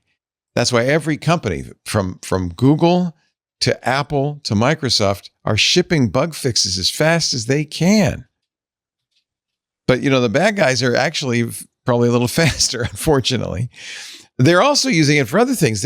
Once they penetrate, they actually are modifying the scripts during the attack because AI can work so fast. It's like an attack that modifies itself as it progresses. They're generating new malware variants faster than anybody can keep up. They're coordinating activity across multiple systems in ways, only the best, gamers could do in the past. And now tasks that once took a human hours or days can happen in minutes. And that should be scary if you're a business, because you're at the front lines. And at the same time, you may be doing this. Most organizations are introducing AI assistants and agents and giving them access to the crown jewels, documents, source code, cloud applications, APIs, internal systems. This is if you think about it, a nightmare just waiting to happen. Security teams need to know which AI tools are in use, what information they can access, whether they're operating outside their intended scope. A successful login or an unfamiliar file hash, that's not going to give you enough context. Teams also need to understand whether an application is behaving normally, whether it's accessing unexpected data, like the OpenAI model that was looking for the answers to the quiz questions. That was weird. Or communicating with systems it shouldn't be able to reach. The problem is you can't use old-fashioned methods to stop this. You need to use ThreatLocker. You need to use Zero Trust. ThreatLocker uses application allow listing. Very granular, by the way. So it can control which AI tools and other applications are allowed to run. They call it ring fencing. They use ring fencing to limit what approved applications can access. So you approve the application, but you need the granular permissions to say, well, they can do this, but they can't do that. Which processes they can launch, how they can communicate with one another. ThreatLocker uses something they call web content control. This is fantastic. Manage access to public AI platforms and other online services. You can block it entirely or limit what they can do with privileged access management. That prevents AI applications and their users from receiving unnecessary administrative privileges. ThreatLocker applies Zero Trust network access and Zero Trust cloud access policies to restrict resources to authorized users, approved devices, and permitted applications. It started with endpoints, but now it's in the cloud, it's in the network. And ThreatLocker works everywhere you work. Windows, Mac, Linux, they've got the best support, 24/7 US-based support from people who really know what they're talking about and are there to help you, to really support you. That's why ThreatLocker is trusted by organizations like JetBlue, Heathrow Airport, the Indianapolis Colts, the Port of Vancouver. Ask Jack Thompson. He's Director of Information Security, Risk, and Compliance for the Indianapolis Colts, the great NFL team. He said, with ThreatLocker, we have the ability to centralize disparate elements in the security stack. And what does that mean? That means they can control them. They can see what's happening. That's another side effect of ThreatLocker's ring fencing. It's great for compliance because you know exactly what happened, when, who did it. You've got it all. And of course, ThreatLocker is beloved in the industry. Constant awards and prizes. Just some of the latest industry recognition. They were recognized as strong performer in the January 2026 Gartner Peer Insights Voice of the Customer for Endpoint Protection Platforms. They were ranked number 1 in application control by PeerSpot. They're the winner of the best Zero Trust security solution at the 2025 TICE Awards. AI governance requires more than an acceptable use policy. You need a padlock. ThreatLocker gives security teams the technical controls to define which AI tools are approved, who and what can access them, and how those tools are allowed to interact with business systems and data. You have control. And that's what it's all about. Visit threatlocker.com/twit to get a free 30-day trial and learn more about how ThreatLocker can help mitigate unknown threats and ensure compliance. That's threatlocker.com/twit. We're big fans of ThreatLocker. We really are. Now, I'm a big fan of Steve Gibson, who is finally explaining something I've been using for a year or two and had no idea what was going on under the hood. We all have been. Yeah, it's fascinating. So knowledge is, forbidden knowledge is one class. The other is where the output itself is the problem or the harm. So an example of that, which carries universal condemnation would be, text which sexualizes minors. Yeah. Models will not produce any such text. That's trained out of them. See, so that's fascinating because we've heard about classifiers, which kind of are gates preventing the egress of that information. But this goes deeper than that. The models themselves say, no. Yes. So, and that's why unless you remove that, even without any kind of a harness, even without anything that is filtering input and output, the model says, sorry, I cannot help you there. Right. So as we've seen earlier, the good news is that these large language models are astonishingly able to absorb and embrace. We saw this in like their ability to learn to answer questions. I mean, to understand the linguistic nature of a question and how to apply the knowledge they had to create an answer. I mean, it's an astonishing technology, but it does this. So we're able to give them, as a consequence, what appears to be a personality, many forms of behavior, and also instruct them what they may and may not do. So that's the good news. The bad news, as it turns out, is that any behavior like this that can be easily imprinted can also be easily removed. In the summer of 2024, researchers at ETH Zurich, the University of Maryland, Anthropic, and MIT published a paper titled "Refusal in Language Models is Mediated by a Single Direction." And here, direction is a term of art in neural networks, as we'll see. So the abstract of their paper employs some of this inside baseball terminology, but everyone should be able to easily get the gist of it. So, and I'll explain a bit more afterwards. The paper's abstract, that is, refusal in language models is mediated by a single direction. The abstract reads, conversational language models are fine-tuned for both instruction following and safety. Safety meaning, not going to tell you that. Resulting in models that obey benign requests but refuse harmful ones.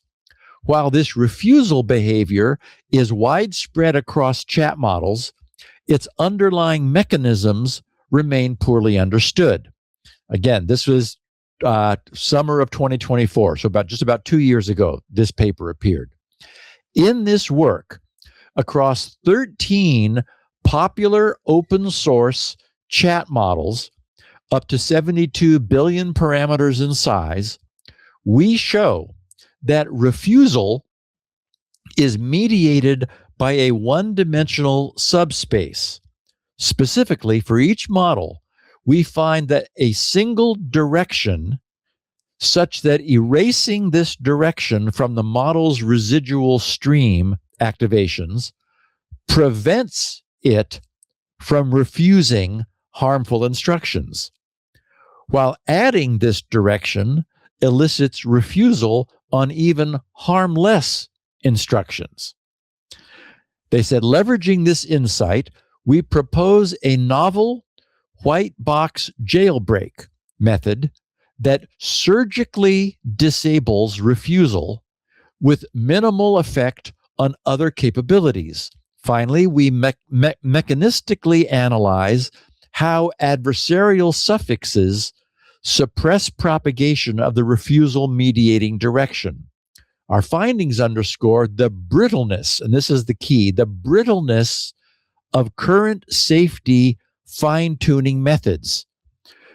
In other words, just instructing the model not to answer the question, well, that works. But if the weights are open, it turns out to be trivial to remove those instructions, even after the fact, and not having known what the instructions were. I'll explain a little more. It's amazing. So they finish saying, more broadly, our work showcases how an understanding of model internals can be leveraged to develop practical methods for controlling model behavior. Okay, so what this group discovered was that any late-term model behavior imprinting can later be removed from such models. And the way this is done, as I said, it's wonderful and wild. They compare the model's activations on harmful versus harmless prompts. Compute the mean difference, then project the weight matrices orthogonal to that direction. So so essentially they ask it, they deliberately ask it questions it is trained not to answer, and they watch some of what it does, some of where the activations are, compared to asking questions that it's happy to oblige. And they're able to take the difference in the activations, see them, and then apply a remover that suppresses that, and suddenly it will now answer all questions. So after they do that, the model loses the ability to represent and therefore to execute on its refusal. And what they found was that this was surgical. It specifically disables in 13 completely different chat bots all of their refusal, while having minimal effect on other capabilities. So it's kind of like a functional MRI on the model. Like you're looking for what got activated. Yes, and then remove it. And then excise that. The only thing I'm worried about, for instance, I use a model from China, Quen, as we mentioned, 3.827, and I've seen obliterated versions of it, but people say, well, you also have a risk. This is brain surgery. After all, you might make it dumber. So I can't speak to that, but I can cite the research because they do address this. So first, from my lay view, it appears clear that since little training, amazingly little training, was required to imprint that original refusal behavior. Now I get it. The impact upon the model was minimal. It wasn't diffused throughout the entire model. It had but it's significant that this is able to change its behavior so quickly. Well, think about it. You're modifying with just a few inputs. Yes. A large model. There's going to be some collateral neurons that are affected. Well, and actually, I've used the analogy a little bit later of clean margins when a surgeon excises something. So anyway, so these guys discovered how to identify the changes created by that training, which again wasn't pervasive. It was not that much training did comprehensively change the model's behavior. So it turns out it could be removed. So for what it's worth, when we encounter the term obliteration, this is what is meant. Not obliteration, abliteration. So just to put a final point on it, a Hugging Face blog posting in the summer of 2024, that is, following this research, was titled "Uncensor Any LLM with Obliteration." And I'm going to share just the intro from that posting to give everyone a sense for what where that earlier research led, which is here. The blog says, the third generation of llama models provided fine tunes, then it says in parens, instruct versions that excel in understanding and following instructions. However, these models are heavily censored, designed to refuse requests seen as harmful with responses such as an AI assistant, I cannot help you. While this safety feature is crucial for preventing misuse, it limits the model's flexibility and responsiveness. In this article, we will explore a technique called obliteration that can uncensor any LLM without retraining. This technique effectively removes the model's built-in refusal mechanism, allowing it to respond to all types of prompts. The code is available on Google Colab and in the LLM course on GitHub. So then it says, what is obliteration? Modern LLMs are fine-tuned for safety and instruction following, meaning they are trained to refuse harmful requests. In their blog post, Arditi et al., and that is the previous research that I was referring to, the research in the summer of 2024, Arditi et al. Have shown that this refusal behavior is mediated by a specific direction in the model's residual stream. If we prevent the model from representing this direction, it loses its ability to refuse requests. So that Arditi reference, as I said, is the research I referred to previously, which showed the world how to do this, just how to simply perform this excision.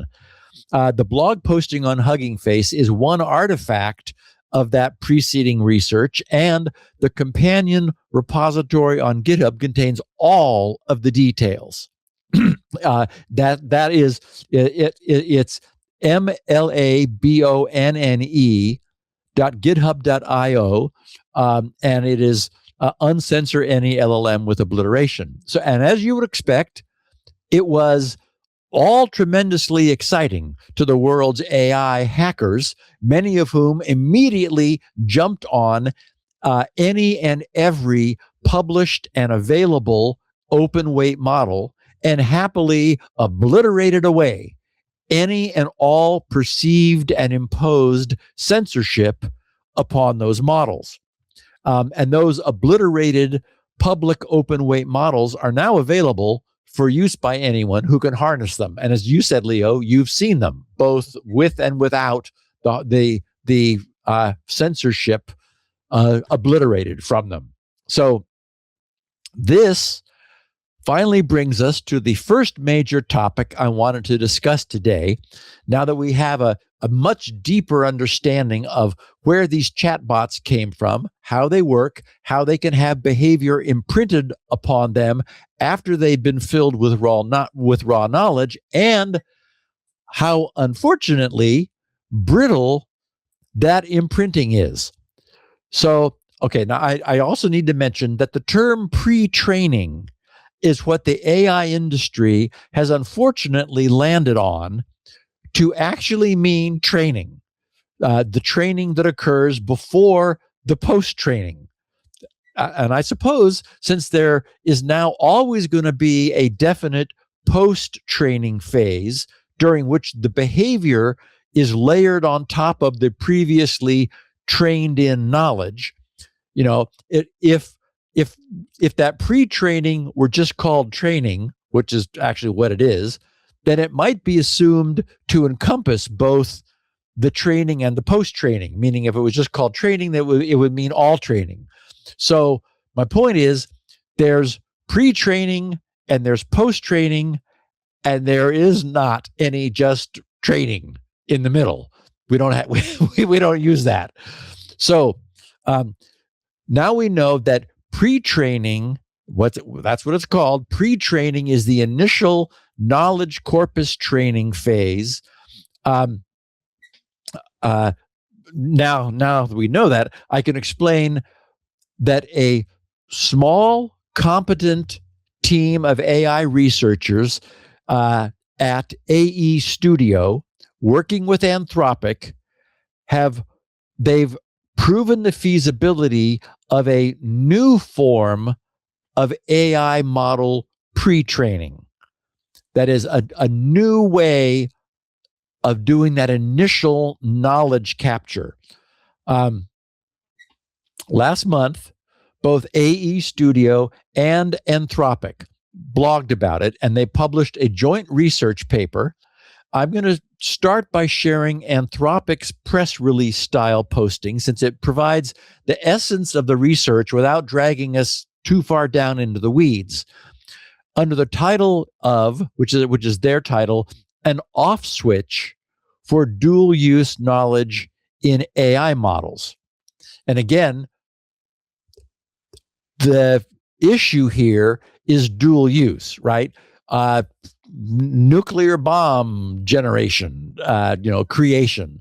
Well, there's some knowledge that we want to be able not to provide. The problem is we've seen how brittle the instruction of do not provide that given post-training is. It can be removed, and it has all been removed. It's been obliterated from all of the current open weight models. So here is what Anthropic said. They start by saying this post describes research conducted by AE Studio in collaboration with Anthropic.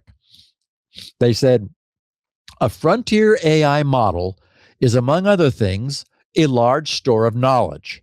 Some of that knowledge is dual use, meaning it can be used for good or bad. For example, knowledge of cybersecurity can help patch critical security vulnerabilities, or it can be used to exploit them. Knowledge of virology can help a researcher create a vaccine, but it can also help a malicious actor design a deadly pathogen. Ideally, we would be able to balance three separate goals. First, limiting access to dual use capabilities in as surgical a way as possible. Second, allowing trusted users to access those same capabilities for beneficial purposes. And third, doing all this without affecting the model's performance on any other task. Current safeguards are imperfect, they wrote. We train models to refuse harmful requests and use classifiers to screen inputs and outputs for dangerous content. These layers of protection guard against dangerous outputs, but they don't change the knowledge stored in the underlying model. Despite our safeguards, a sufficiently determined attacker may still try to jailbreak the model, working past its defenses to access the dual-use knowledge. A more robust protection against misuse would be to control what the model knows. We've explored this before, they wrote. In earlier work, we filtered information about chemical, biological, radiological, and nuclear weapons out of pre-training data, and later showed that dual-use knowledge can be confined to a removable slice of a model's weights. But filtering is a blunt instrument. It produces one model with one fixed set of capabilities.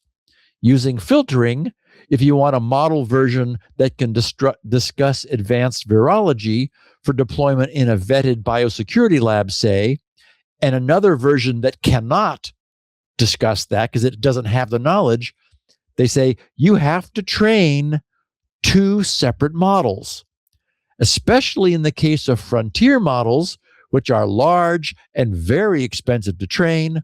The cost to the developer would be prohibitive.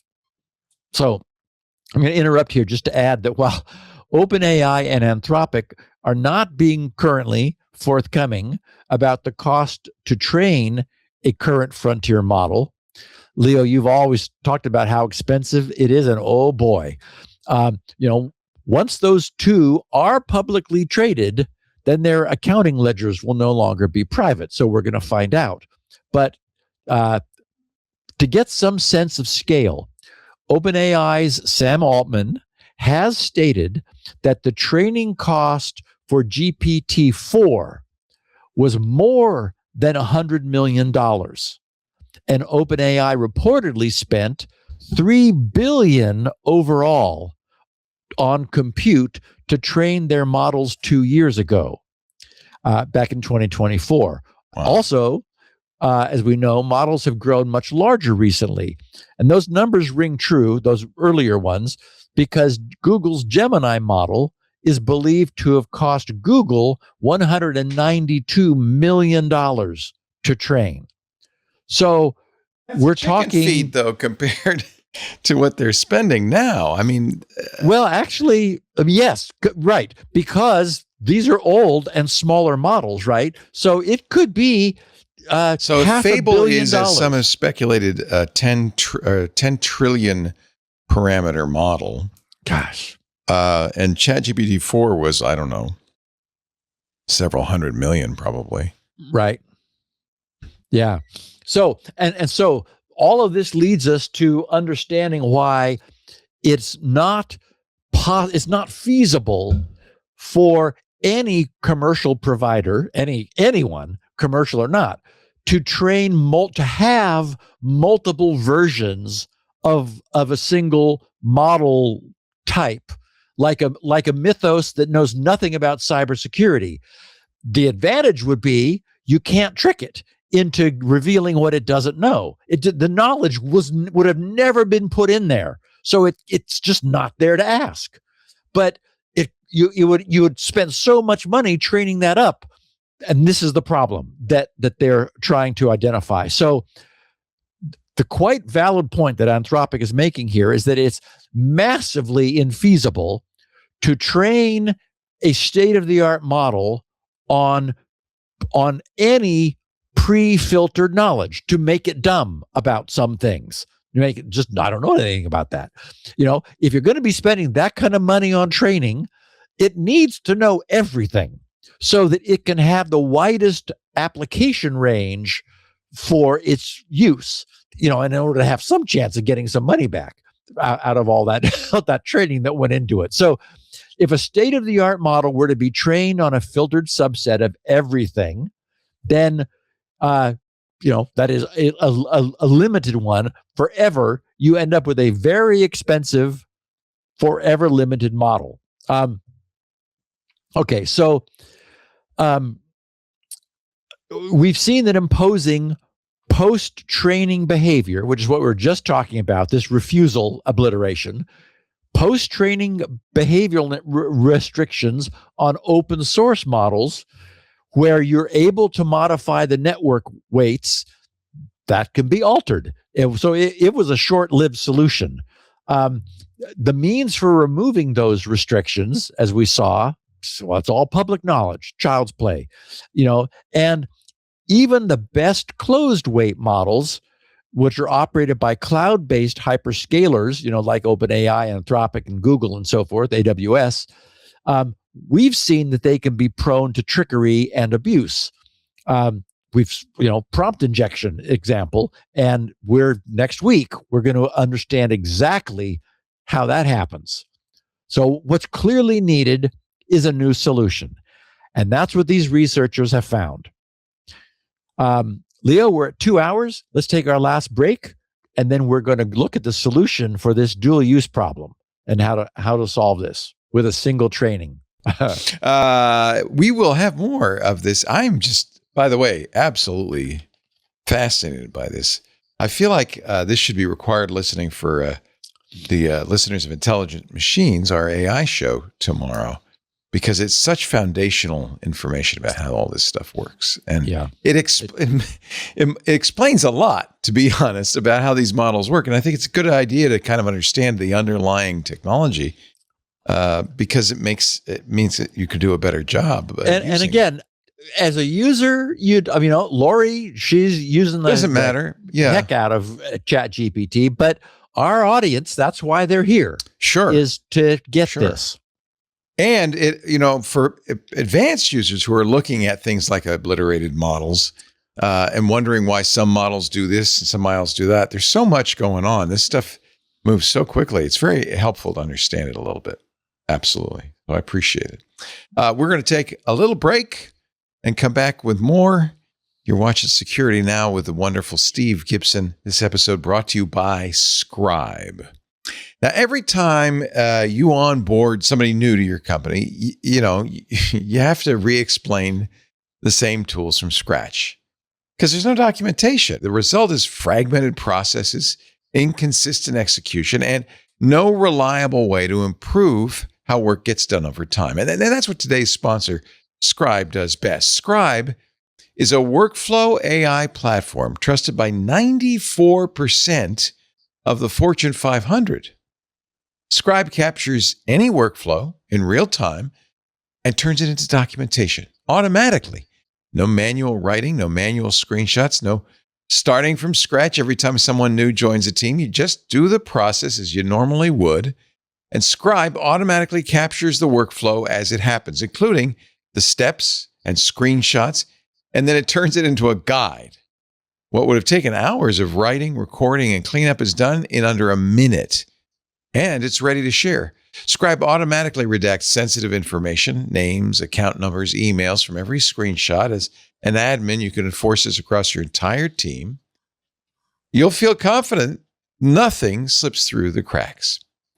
Anyone following this process can launch real-time on-screen guidance that shows them exactly where to click, step by step, inside the actual tool. It's there the moment the scribe is created and ensures everyone does critical processes correctly. Using a feature called Improve Workflows, Scribe will even suggest improvements to the underlying workflow, not just document it.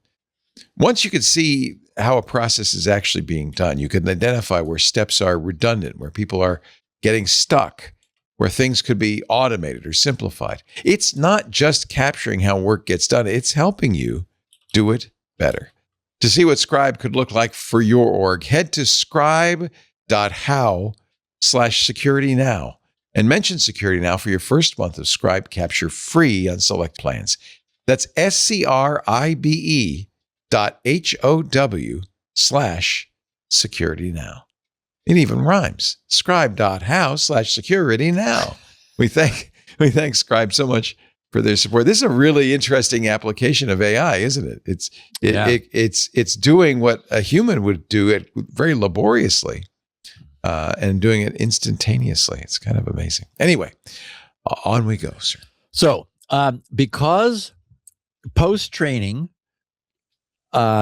behavior modification has been demonstrated to be easily removable, it is not sufficient to say don't give people these this information. It doesn't work to suppress that behavior. What we need is a new solution, and it's completely infeasible to do multiple training runs with different combinations of information filtered out of a model, because training is prohibitively expensive. So what we need is a new solution.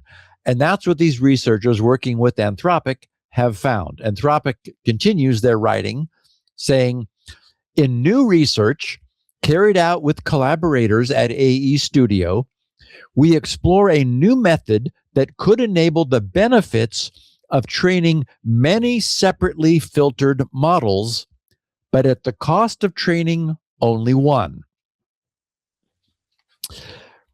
We call it GRAM, Gradient Routed Auxiliary Modules. Note that the results of the experiments presented here are preliminary. GRAM has not been applied to any of the production models in Anthropic. And they said, and we're not sure it ever will be. And I take that to reflect a very reasonable and very cautious approach, because can you imagine the cost of a mistake if one of these companies' GRAM trained model, whatever that is, and we'll get to that in a second, turned out to have unsuspected problems? There's no reason to believe that it would, or that would be the case. But again, their caution is understandable, because they could be scrapping $500 million these days. So they write, Anthropic writes, how GRAM works. The idea behind GRAM is to give a model dedicated removable compartments for each category of dual use knowledge, and to update only those compartments when learning from dual use data. Again, to update only those compartments, not all of the model's weights, only those in the compartments when learning from dual use data. They said concretely, GRAM adds extra neurons to every layer of a standard transformer, the neural network architecture on which large language models are based. These neurons are divided into groups or modules, one module per dual use category. During training, when the model encounters general purpose text, that is, just standard text, we don't worry about it one way or the other, it learns in the usual way. But when it encounters text from a dual use category, virology, for instance, they wrote, the rules change. The model can use its general knowledge to make predictions, but only the virology module is allowed to learn from that text. The general purpose weights are temporarily frozen, right? So in other words, the bulk of the model isn't changed by learning about virology. Only the neurons in the virology module are changed. And if the bulk of the model's weights don't change after learning about virology, it doesn't learn about virology. It doesn't gain any knowledge from that. It's like it never happened to most of the model. They said the consequence is that virology knowledge accumulates in the virology module rather than diffusing across the whole network. After training, the module can simply be deleted, and the virology knowledge goes with it. Or it can be left in place for trusted deployments when virology Give it knowledge, a lobotomy. Yeah, exactly. No, it's exactly. What's interesting about this is you would think, well, that's how all knowledge is, but it isn't. It's when the models are holographically trained, stored. it propagates through the whole model.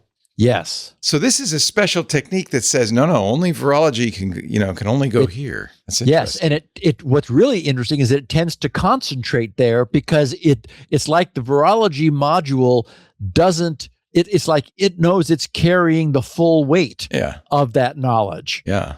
Wow. It's so cool. So amazing. So they said the knowledge can be tailored very specifically to the type of deployment needed.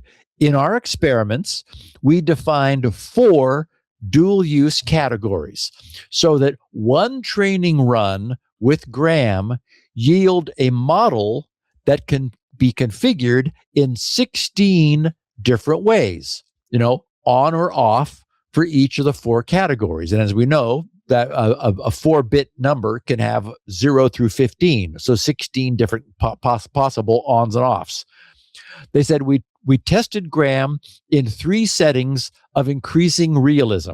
First, on a synthetic data set of children's stories tagged by topic, a small Graham model could be reconfigured to forget any chosen topic, and each configuration performed almost identically to a separate model trained from scratch with that topic filtered out. In other words, they did an A/B comparison. Here's a Graham trained model where we turned off the topic, comparing it to a normal model that was never trained with that topic, and there's no difference in behavior.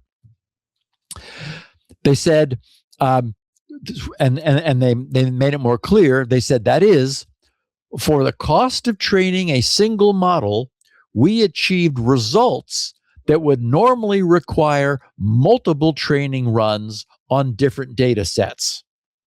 Second, we trained a larger model on a realistic mix of web text, code, and scientific papers with 4 dual-use domains: virology, cybersecurity, nuclear physics, and a niche programming language just to serve as a proxy for specialized dual-use code. They said the capability associated with each dual-use domain is routed to its own module. Deleting a module removed the corresponding capability about as effectively as never having trained on that data at all. Wow. Remarkably, they said, we find that this removal did not degrade general performance.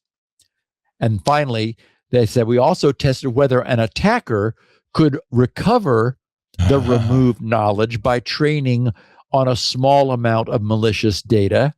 Believe it or not, Graham resisted this about as well as data filtering did.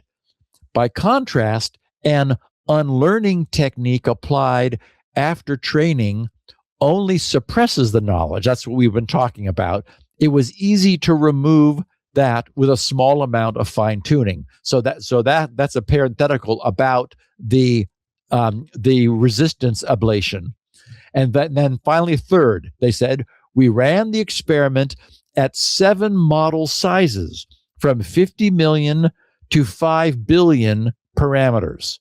Graham matched the performance of data filtering at every size, and the gap between module on and module off grew wider as models got larger. Now, I'm going to pause on that for a moment.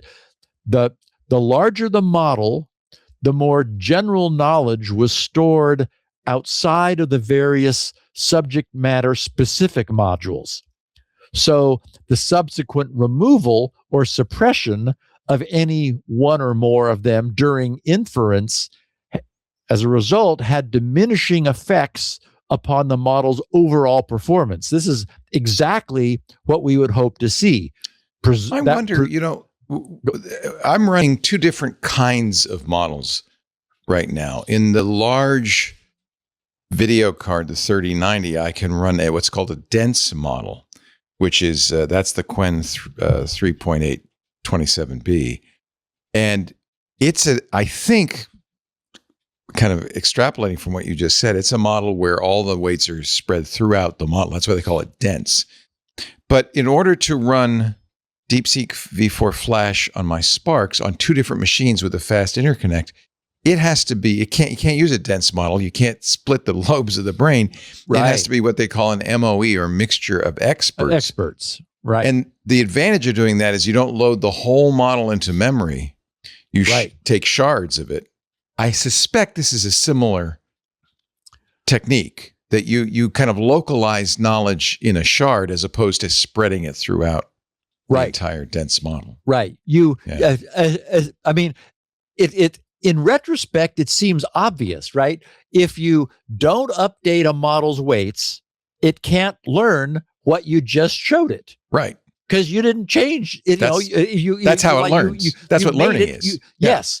You made it forget. You made it like nothing happened. Yeah. And so if you reserve a region that you do allow to learn, then as it turns out, it learns about virology. The rest of the model can't, because you froze its weights. It's all stuck here. Yeah. But it turns out this actually works, and the larger the model gets, the better it works, which is what they care about, because now they're not interested in doing any 5 billion parameter models anymore. That was just an experiment to see what it would this do. 3.8 is a relatively small model at 27 billion. Exactly. Parameters, right? And DeepSeek V4 Flash is considerably larger than that. Yeah. So they said, they continue saying, as AI companies train more capable models, we need to limit access to dual use capabilities, the need to limit access to dual use capabilities will increase. Okay. So in other words, Anthropic understands that the more capable the industry's models become, and we're seeing it like before our eyes, the more valuable the knowledge they contain will become, and thus the need to manage the access to that knowledge grows increasingly crucial. So they also make another good point. They write, today, companies limit access through classifiers and refusal training. And we just blew up refusal training, right? That's gone. That no longer works. Well, if you have access to the weights, if it's OpenAI and Anthropic, they're not giving you access to their closed weight models, so you can't obliterate those, but you sure can the open weight ones. They said, however, these safeguards, meaning classifiers and refusal training, are difficult to make robust without degrading performance on harmless requests.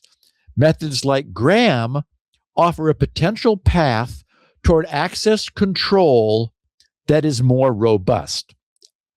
And that's a really great point. The current system, which combines the refusal training, which we examined earlier, with real-time input and output classifiers, that provides at best fuzzy filtering. The AI can frustrate its innocent user by refusing a benign prompt. It's like, wait, I thought, what do you mean you won't answer that? You're an AI. I know you're an AI, but why won't you give me the answer?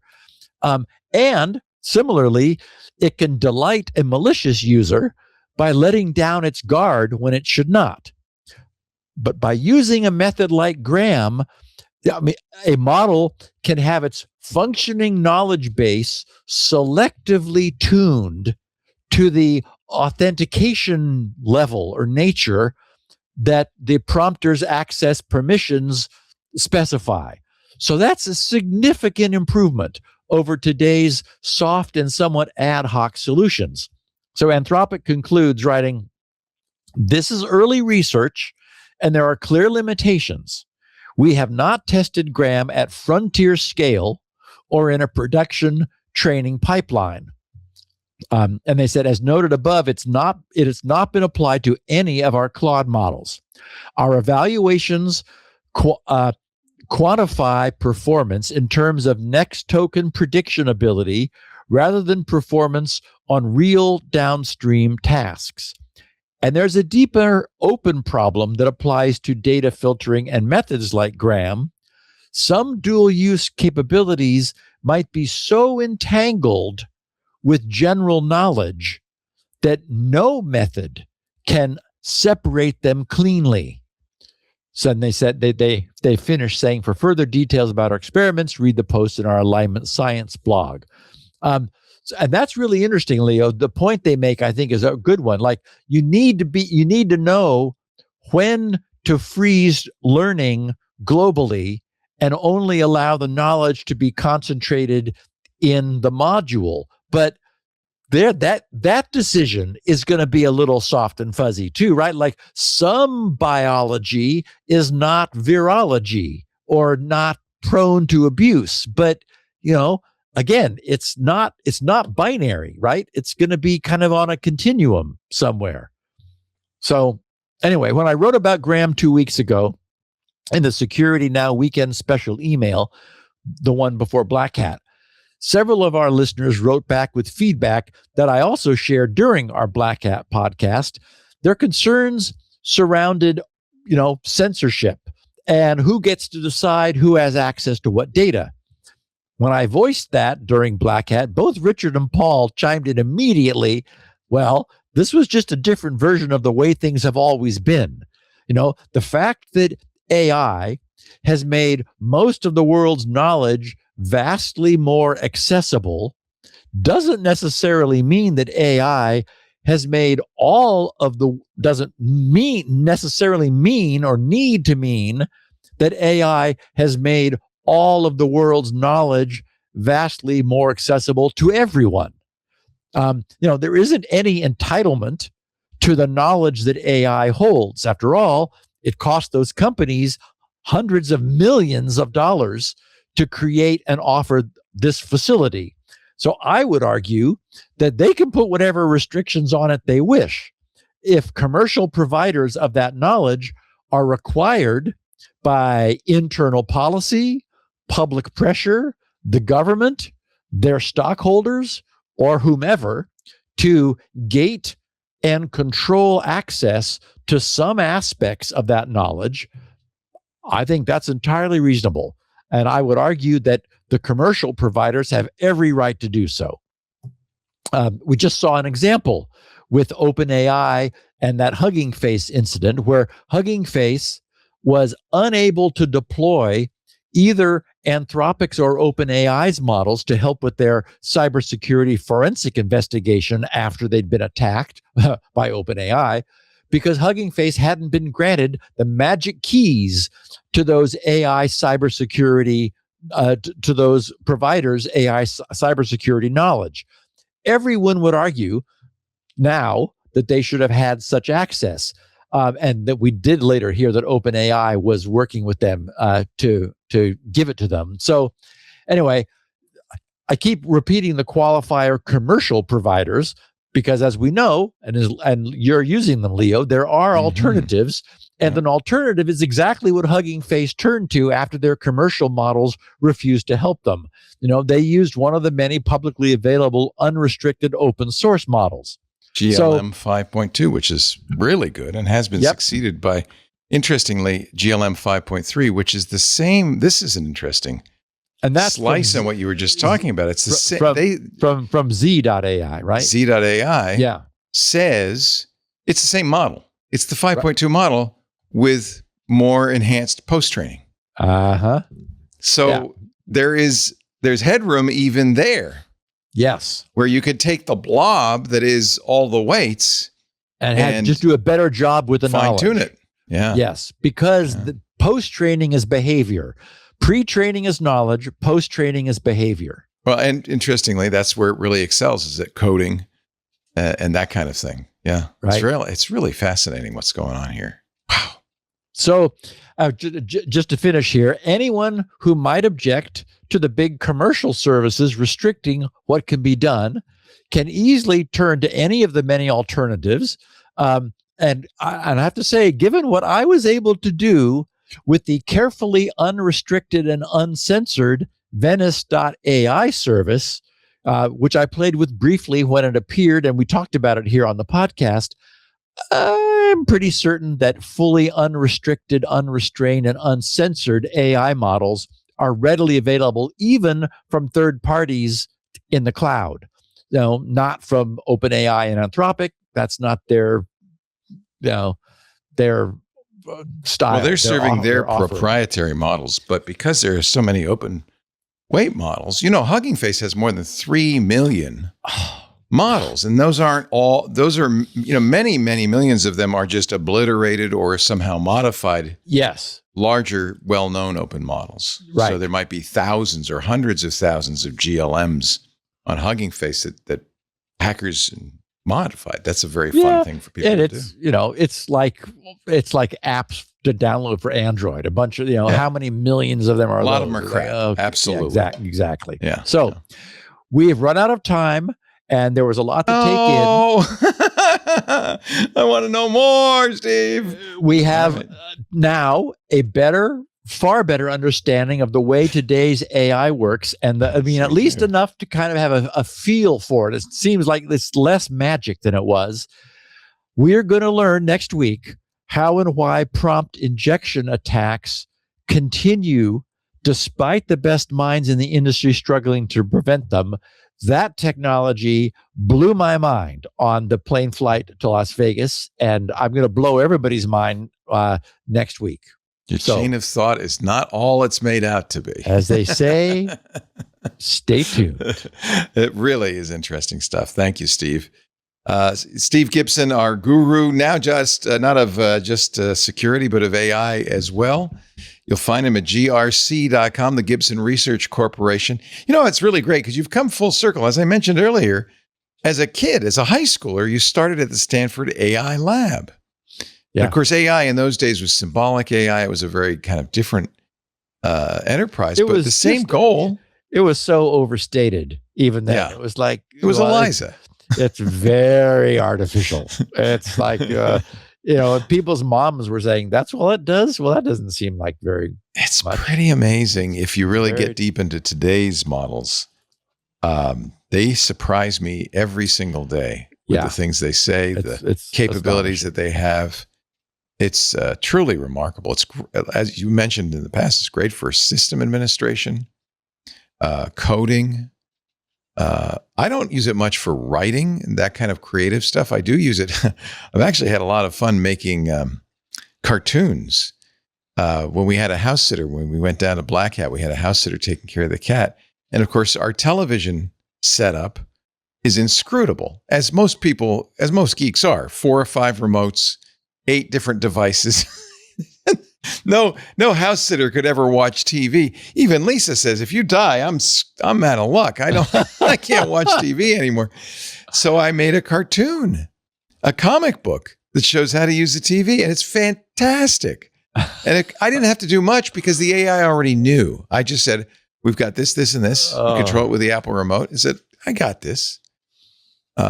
It's pretty, and again, I wish I could show you the cartoon. It's amazing. So constantly impressed. There's, and I don't think, unlike much magic, where when you know how the trick was done, it loses all its magic. This is not that case. What they are doing is unbelievable. It's us.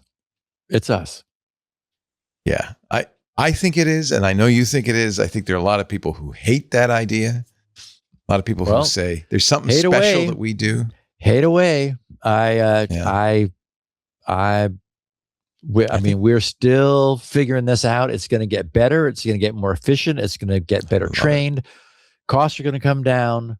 I love it. Yeah. One of the reasons I wanted to spend a ridiculous amount of money, it's not an economic decision because it's so cheap to use these models. I know it's expensive relatively, but it's not thousands of dollars. I wanted that brain in the house. Yeah. I wanted it to live next to me, you know? And now it is. It's sitting. Actually, I have a couple of brains, 3 actually, sitting there, thinking, doing stuff, and I use it all the time. What a world! What a world! Yep. Steve's at grc.com. That's his website. Now, there's some good reasons to go there. Of course, there's his bread and butter, the world's best mass storage, maintenance, recovery, and performance enhancing utility. I live now on SSDs, and SSDs are so expensive. Those Rust drives in my Synology, so expensive. You better spend a little money, get SpinRite, so you know you can keep them flowing and going, and no bits will be lost in the process. Everybody ought to have a copy. And the beauty of it is there are people who bought this program 30 years ago. We're still getting free upgrades. Steve is amazing that way. grc.com. You'll also find there his DNS Benchmark Pro, a great way to test to make sure you're using the fastest DNS server. You're probably using your ISPs. Almost certainly that's not a good choice. Steve can help you find the right choice for your locale. Lots of other free stuff. And of course, the show is there. Steve's got unique versions, shall we say, of the show. The 16 kilobit audio, the 64 kilobit audio, the handmade transcriptions by an actual human being, the wonderful Elaine Ferris, and the show notes, which Steve, this is one where I absolutely going to be reading the show notes to reabsorb or absorb better. In fact, maybe I'll point my AI at it. Say, is this what you're doing? 20 pages thereabouts of goodness, and you get all of that for free at grc.com. You can even get the show notes mailed to you if you want. Go to grc.com/email. You'll be putting your email address in. Actually, the main purpose of that is to whitelist, so you can send him emails, send him pictures of the week of buses as bridges or whatever. But underneath that email form, there are 2 checkboxes. One for the show notes you'll get every week, and one for a very infrequent mailing list whenever he has a new product. I don't think he's sent anything out in years, to be honest. But anyway, no, they're there. It's there. Sign up. It's not going to, believe me, you're not going to get any spam from this one. Steve's going to protect your secret identity. We also have copies of the show at our website. We have 192 kilobit audio, I think, some ridiculous size. That's because Apple wants to down. It's 128 because I is see it only 128? Oh, okay. Yeah. Well, that's not too bad. I thought it was even bigger. That's because Apple downsamples it, and so we have to give them a better quality version, or you won't get I don't know. We also have video, which no one has. Steve, when I said let's do video, said what? Why? What a terrible idea! I think is what you said. Nice. We're doing it anyway. Yeah. You can get both of those at twit.tv. That's the website /SN for security now. There's also video on YouTube. We're actually glad we do video now because now we can put our stuff up on YouTube, which is fantastic. Or subscribe, audio or video, on your favorite podcast client. You can even watch us do the show live. If you're a member of Club Twit, you can watch in the Club Twit Discord. Even if you're not a member, you can watch on YouTube, Twitch, X, Facebook, LinkedIn, or Kick. We stream it on 7 different platforms. As we're doing the show every Tuesday, right after MacBreak Weekly, that's about 1:30 Pacific, 4:30 Eastern, 20:30 UTC. Well, that just about does it for us. I hope your brain is swelling. Do not obliterate any portion. You're going to need it for next week. We'll see you right back here on Tuesday for Security Now. Bye. Hi there, Leo Laporte here. I just wanted to let you know about some of the other shows we do on this network. You probably already know about This Week in Tech. Every Sunday, I bring together some of the top journalists in the tech field to talk about the tech stories. It's a wonderful chance for you to keep up on what's going on with tech, plus be entertained by some very bright and fun minds. I hope you'll tune in every Sunday. For This Week in Tech, just go to your favorite podcast client and subscribe. This Week in Tech from the TWiT Network. Thank you. Security Now.